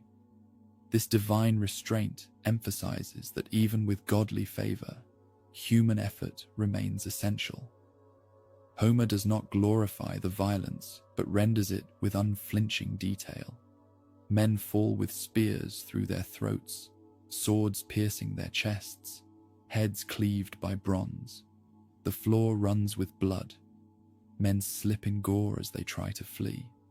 The hall echoes with death groans and the thud of falling bodies. This graphic depiction emphasizes the gravity of the suitors' transgressions. Their pleasant parasitism has culminated in horrific consequences. The battle peaks when Odysseus and his small band face off against the remaining suitors, led by Agelaus. Athena finally displays her aegis, the fearsome shield bearing the Gorgon's head, from the rafters, filling the suitors with supernatural panic. Like cattle driven by a stinging fly, they scatter in terror, only to be cut down one by one. The simile of hunted animals appears repeatedly. The suitors become like fish gasping on shore, like doves caught in a net, emphasizing their sudden transformation from predators to prey. Mercy comes for only two individuals. The bard Phemius, who had entertained the suitors under compulsion, begs for his life, claiming he served in the palace unwillingly. Similarly, the herald Medon, who had shown kindness to Telemachus, pleads for clemency. Telemachus intercedes for both, demonstrating temperance amidst the bloodshed and establishing himself as a worthy ethical heir to his father. When the fighting ends, the hall resembles a shoreline after a bloody tide, littered with corpses like fish strewn across sand. Odysseus, spattered with blood and gore like a lion that has feasted on an ox, orders the disloyal serving women to clean the hall under Telemachus's supervision. These women, 12 in number, who had slept with the suitors and betrayed the household, are then taken outside and hanged in a grim extension of the purge. For the treacherous goat-herd Melanthius, who had mocked and abused the disguised Odysseus and helped arm the suitors during the battle, an even harsher punishment awaits. His nose, ears, hands, and feet are cut off, and his genitals thrown to the dogs, a mutilation that expresses the extremity of his betrayal in physical terms. After this brutal cleansing, Odysseus orders the hall to be fumigated with burning sulfur, a ritual purification that serves both practical sanitation and symbolic cleansing. The physical space that had been corrupted by the suitor's presence must be ritually reclaimed before normal life can resume. Eurycleia, the old nurse who had recognized Odysseus earlier, brings the loyal serving women to welcome their returned master. They surround him, kissing his head and hands, embracing him with tears of joy. This moment of tender reunion amid the aftermath of slaughter creates a powerful emotional counterpoint. The restoration of proper order then brings not just justice, but reconnection with those who remained faithful. Yet for all its cathartic violence and emotional reunion, this sequence represents only partial restoration.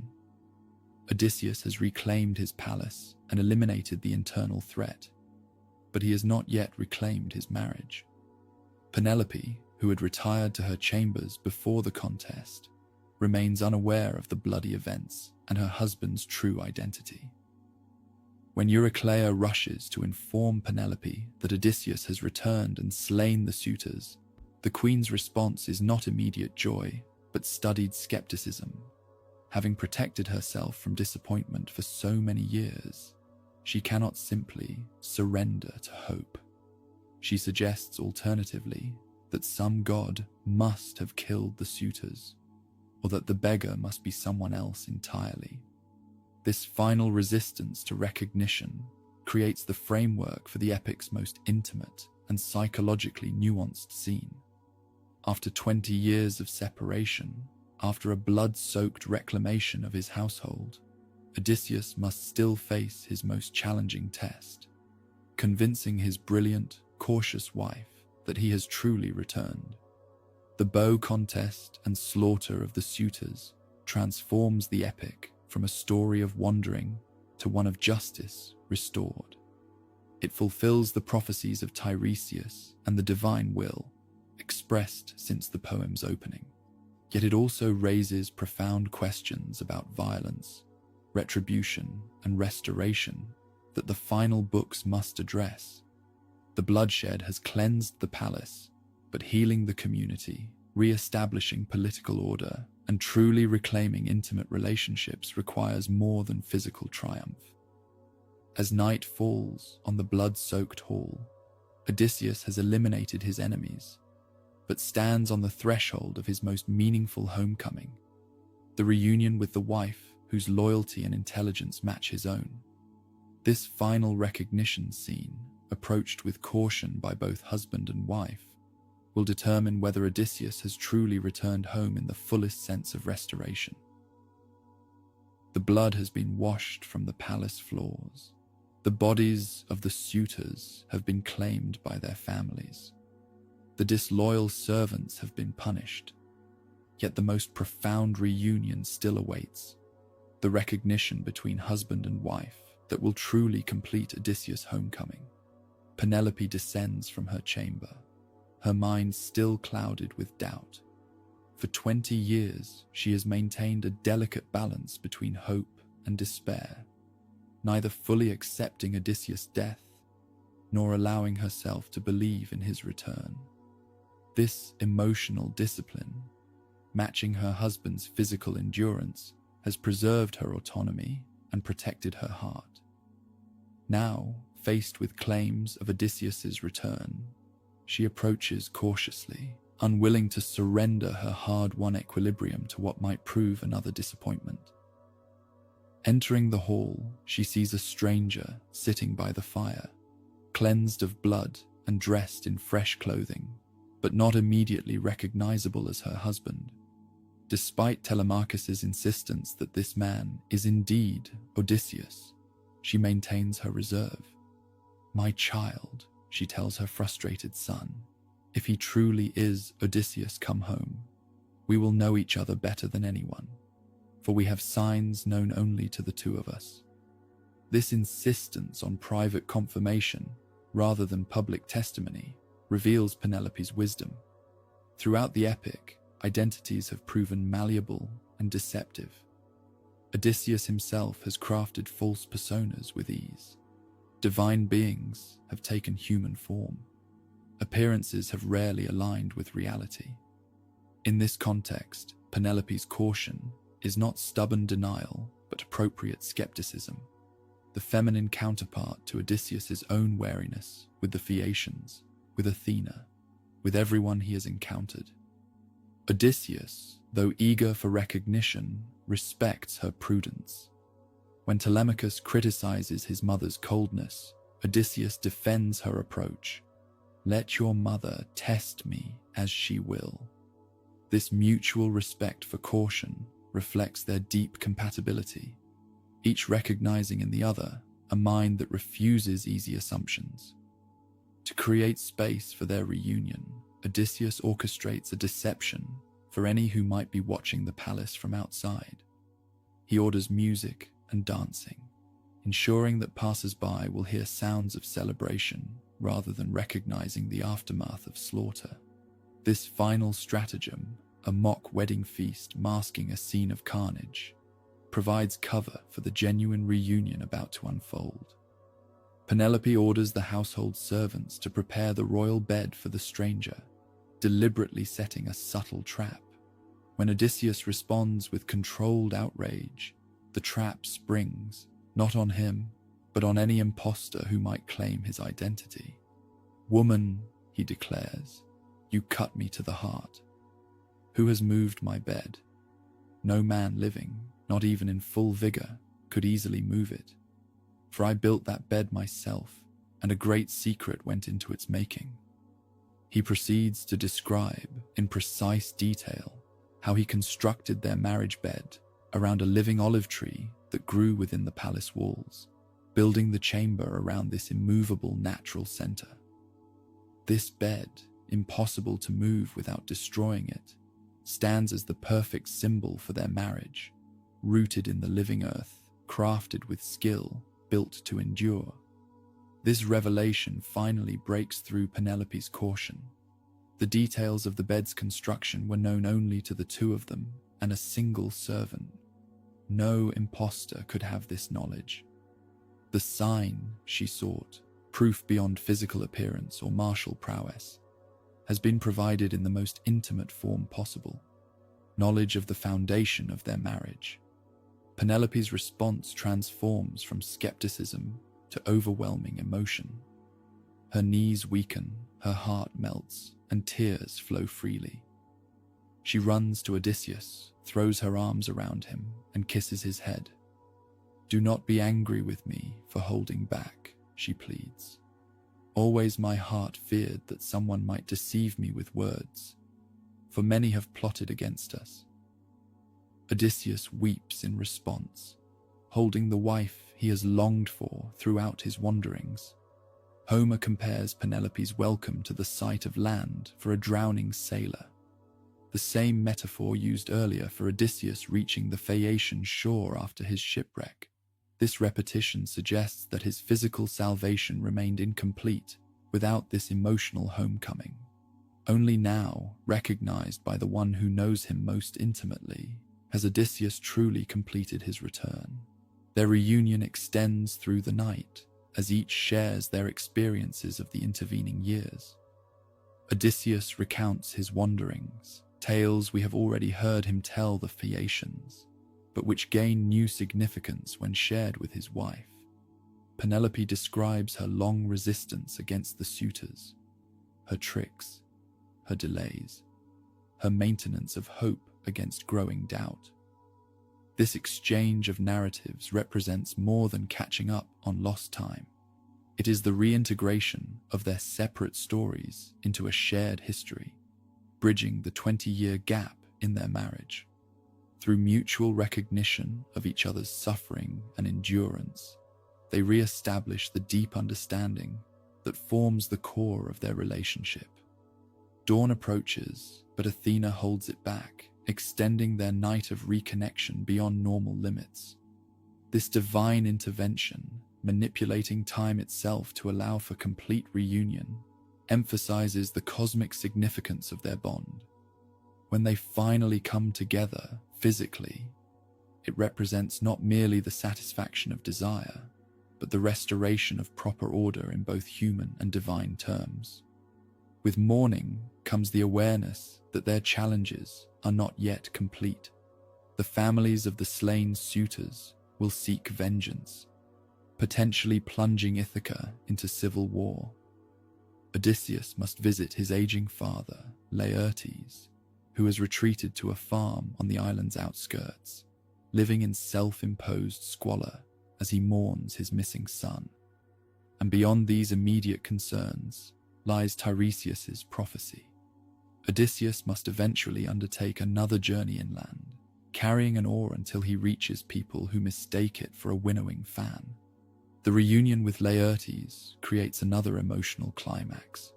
Odysseus finds his father digging around a fruit tree, dressed in patched clothing, his hands calloused from labor inappropriate to his royal status.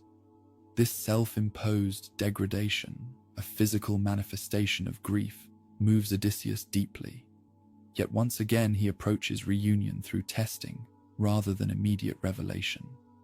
He creates one final false identity, claiming to be a stranger who once hosted Odysseus. This last deception proves too much for the old man to bear. Hearing his son spoken of as absent still, Laertes pours dust over his grey head in a gesture of mourning. The sight breaks Odysseus's resolve. He embraces his father, declaring his true identity and offering proof through knowledge of the orchard, naming each tree his father had given him as a boy, creating a botanical catalogue of their shared past. The inclusion of this scene, coming after the dramatic climax of the suitor's slaughter and the emotional peak of the reunion with Penelope, demonstrates the epic's expansive concept of homecoming. Odysseus's return is not complete without reconnection to his father, representing both his heritage and his future. The moment brings 3 generations together: Laertes, Odysseus, and Telemachus, who joins them at the farm. This continuity across time counterbalances the disruption of the 20-year absence. Meanwhile, news of the suitors' deaths spreads through Ithaca. Grief and anger grip their families, who gather the bodies for funeral rites. Eupeithes, father of Antinous, emerges as a leader calling for vengeance against Odysseus, despite the council of more moderate voices pointing out that the suitors brought destruction upon themselves. Many arm for attack. The impending civil conflict threatens to taint Odysseus's triumph with further bloodshed. As the vengeful party approaches Laertes' farm, where Odysseus and his small band have retreated, the scene is set for a new cycle of violence. The blood feud that ancient Greek society recognized as an almost inevitable consequence of killing. Here the gods intervene directly. Zeus and Athena confer on Olympus, determining that enough blood has been shed. Athena descends to the battlefield just as combat begins. After allowing minimal fighting, including a moment of glory for the aged Laertes, who successfully kills Eupeithes with a spear cast. She halts the conflict with a thunderous command. Her divine authority, backed by Zeus' thunderbolt, compels both sides to lay down their weapons. This divine imposition of peace provides a deus ex machina resolution to what would otherwise become an endless cycle of revenge. Homer recognizes that human societies, left to their own devices, often cannot escape the logic of retaliation. Divine intervention represents the transcendent principle necessary to break this cycle, perhaps analogous to the development of legal systems and third-party justice that would eventually replace blood vengeance in Greek society. A formal pact is established between Odysseus and the families of the suitors, with Athena disguised as mentor overseeing the oaths. This political resolution complements the domestic restoration achieved through the reunions with Penelope and Laertes. Odysseus has reclaimed not just his household, but his kingdom, not just his family roles, but his social position.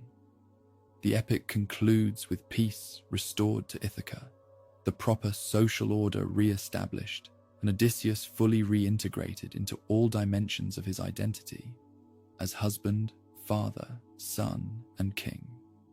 This comprehensive restoration fulfills the promise of Nostos, homecoming, that has driven the narrative from its opening lines. Yet Homer leaves us with the awareness that Odysseus's story is not entirely complete.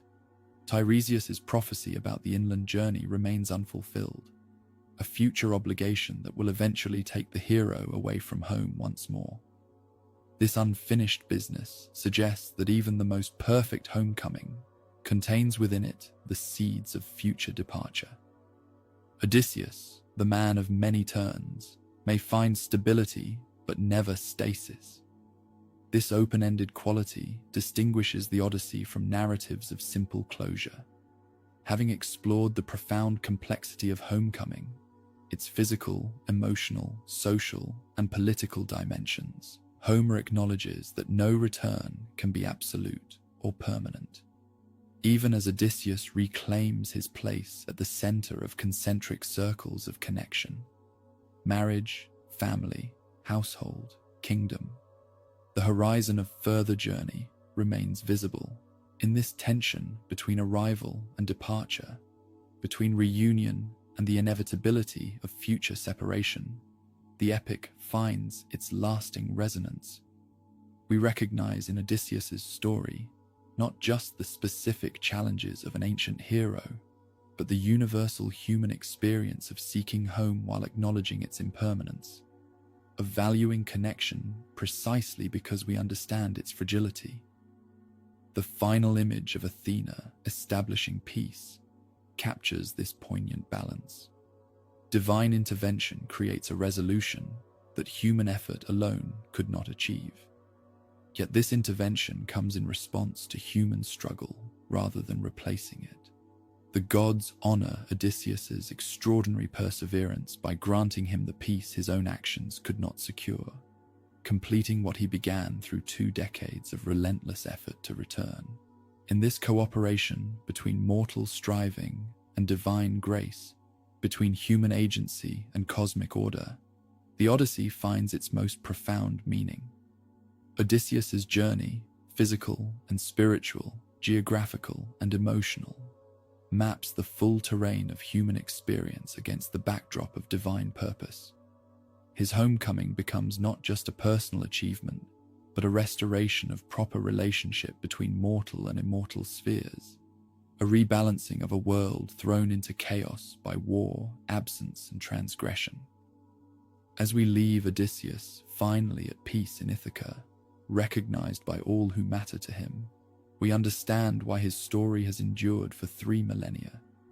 In his determination to return, in his willingness to suffer extraordinary hardship rather than surrender his identity, in his capacity to adapt without losing his essential self, we recognize the highest potential of human resilience. And in the joy of his homecoming, however hard-won, however shadowed by past suffering and future obligation, we glimpse the profound reward that makes such resilience worthwhile. The irreplaceable experience of belonging, of being known, of finally coming home. With Odysseus restored to his throne and peace established in Ithaca, Homer's narrative reaches its formal conclusion. Yet the story of the Odyssey itself was just beginning its journey through human culture. Like its resourceful hero, this epic would travel across vast distances of time and space, adapting to new contexts while maintaining its essential identity. The poem's influence begins with its role in ancient Greek culture. Along with the Iliad, it served as a foundational text, simultaneously entertainment, moral guidebook, historical record, and religious reference. Children learned to read from Homer's lines. Public recitations brought communities together. Politicians quoted Homeric verses to support their arguments. The epics provided a common cultural language that united the otherwise fractious Greek city-states. When Greek civilization expanded through Alexander's conquests and later through Roman adoption, Homer's reach extended accordingly. The Romans translated, adapted, and referenced Homeric material extensively. Virgil's Aeneid, the national epic of Rome, drew direct inspiration from both Homeric poems, particularly in its narrative structure and themes of fate and homecoming. This classical foundation ensured Homer's survival through the medieval period, when many ancient texts were lost. Though direct knowledge of Homer diminished in Western Europe during these centuries, the stories remained alive through Latin summaries and adaptations. Meanwhile, Byzantine scholars preserved the original Greek texts, maintaining an unbroken tradition of Homeric scholarship in the Eastern Mediterranean. The Renaissance rediscovered Homer with enthusiasm, part of its broader recovery of classical learning. As Greek manuscripts found their way to Western Europe, following the fall of Constantinople in 1453, scholars produced new translations and commentaries. Homer became essential reading for any educated person, influencing Renaissance literature, art, and philosophy. Each subsequent era found its own reflection in the Odyssey. The Age of Exploration drew parallels between Odysseus and contemporary navigators encountering new worlds. The Romantic period emphasized the poem's emotional depths and sublime natural imagery. Victorian scholars debated the historical reality behind the myth. Modernist writers recognized in Odysseus' fragmented journey a metaphor for the dislocations of modern life. James Joyce's Ulysses, published in 1922, represents perhaps the most ambitious literary response to Homer's epic. By mapping the events of the Odyssey onto a single day in Dublin, Joyce suggested both the timelessness of Homeric themes and their relevance to ordinary modern experience. This reimagining, neither direct adaptation nor simple allusion, demonstrates how deeply the Odyssey had become embedded in Western literary consciousness. Beyond literature, the epic has permeated virtually every artistic medium. Painters from ancient Greek, vase artists, to Renaissance masters to modern abstractionists have depicted scenes from the Odyssey. Composers have created operas, symphonies, and song cycles based on its episodes. Sculptors have captured moments of Odysseus' journey in stone and bronze. Filmmakers have adapted it directly or borrowed its structure for original stories. The impact extends beyond the arts into psychology, philosophy, and politics. Psychoanalysts found in Odysseus' journey a model for understanding the human mind, his encounters with external monsters representing internal psychological challenges. Philosophers from Aristotle to Heidegger have drawn on the epic to explore questions of identity, ethics, and human purpose. Political theorists have examined its portrayal of leadership, community, and the tension between individual excellence and social responsibility. Even our language bears the imprint of this ancient poem. Terms like siren song, between Scylla and Charybdis, and lotus eater have entered common usage, often employed by people unaware of their Homeric origins. The very concept of an Odyssey as a long, challenging journey has transcended its source to become a universal metaphor. What explains this extraordinary cultural persistence? Why has this particular story, among countless ancient narratives, maintained such powerful resonance across millennia? Perhaps the answer lies in the Odyssey's unique balance of opposites, its simultaneous embrace of adventure and homecoming, individualism and community, fantasy and realism, divine intervention and human agency. Unlike many heroic tales that focus exclusively on martial prowess or supernatural conflict, the Odyssey encompasses both the extraordinary and the everyday, both cosmic forces and intimate human relationships. Odysseus himself embodies this balance. He encounters gods and monsters, yet remains recognizably human in his desires, flaws, and relationships. His most defining quality, adaptability, makes him paradoxically timeless, capable of translation into endlessly varied cultural contexts. He is the hero who survives not through unchanging strength, but through perpetual transformation. An ideal protagonist for a world in constant flux. The poem's exploration of homecoming likewise transcends its specific historical setting. The tension between wandering and return, between exploring the unknown and preserving connection to the familiar, represents a fundamental human dynamic across cultures and eras. As civilization has become increasingly mobile and boundaries increasingly fluid, the Odyssey's meditation on home's meaning has only grown more relevant. Moreover, the epic's narrative sophistication, its complex temporal structure, its shifts in perspective, its blend of genres from adventure to romance to family drama, creates a richness that rewards endless reinterpretation. Each generation finds new aspects to emphasize, new interpretive frameworks to apply. Feminist readings explore Penelope's agency and the gendered power dynamics of the household. Post-colonial approaches examine the portrayal of foreign lands and peoples from the perspective of the Greek insider. Psychological interpretations probe the internal dimensions of Odysseus's external challenges. This interpretive flexibility extends to translation as well. The Odyssey has been rendered into virtually every major world language, often in multiple versions that reflect different understandings of the original. Each new translation inevitably interprets as much as it translates, emphasizing different aspects of Homer's multifaceted original.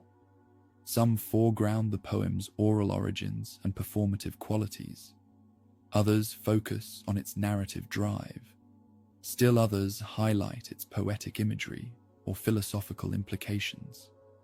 In English alone, the tradition of Odyssey translation spans from George Chapman's vigorous Elizabethan version to Alexander Pope's elegant Augustan couplets, from Richmond Lattimore's scholarly precision to Robert Fitzgerald's poetic mid-century modernism, from Robert Fagle's accessible dignity to Emily Wilson's recent emphasis on narrative pace and contemporary resonance. Each version creates, in effect, a new poem in dialogue with both the ancient original and the translator's contemporary moment. This ongoing process of reinterpretation and retranslation ensures that the Odyssey remains not a static monument, but a living cultural force, continually renewed through engagement with changing social contexts. Each era reads the poem differently, yet something essential persists across these varied readings, some core truth about human experience that transcends historical specificity. Perhaps this essence lies in the poem's fundamental humanity, its recognition that even a hero touched by divine favor must navigate the universal challenges of identity, relationship, and mortality. Odysseus faces supernatural dangers, but also confronts the profoundly ordinary challenges of aging, family strain, and community conflict. His story acknowledges both human vulnerability and human resilience, both our subjection to forces beyond our control and our capacity for meaningful action within those constraints. In an age of unprecedented global mobility and technological transformation, when traditional concepts of home, identity, and community face radical redefinition, the Odyssey offers neither simple nostalgia for fixed origins nor uncritical embrace of perpetual wandering. Instead, it suggests that meaningful identity requires both movement and return, both adaptation and continuity, both individual excellence and social connection. This nuanced vision may explain why the Odyssey continues to inspire not just scholarly analysis, but creative response across cultures. Contemporary authors from Derek Walcott in the Caribbean to Margaret Atwood in Canada, from Nikos Kazantzakis in Greece to Ralph Ellison in America, have engaged with the epic's themes and structures, finding in Odysseus a figure capable of addressing distinctly modern questions of displacement, belonging, and selfhood. The Odyssey endures not as a distant relic, but as a living dialogue partner in our ongoing cultural conversation. When we read or hear or watch adaptations of this ancient story, we participate in one of humanity's longest continuous intellectual traditions, a tradition that connects us across the vast distances of time and space to countless others who have found meaning in this tale of wandering and return. As we leave Odysseus at peace in Ithaca, we recognize that his journey, like the journey of the poem itself, contains the seeds of further movement. The prophecy of Tiresias points toward future travels. The continuing translations and adaptations ensure ongoing cultural voyage. The hero may finally rest, but his story sails on, continuing to explore the endless sea of human experience in all its terror and wonder, its suffering and joy, its complexity and beauty. Like Odysseus himself, we are all caught between wandering and homecoming, between exploration and connection, between transformative experience and enduring identity. In this tension, the Odyssey finds its immortal resonance, speaking across 3,000 years with a voice that somehow feels like our own, telling us a story that, for all its ancient strangeness, we recognize as fundamentally ours.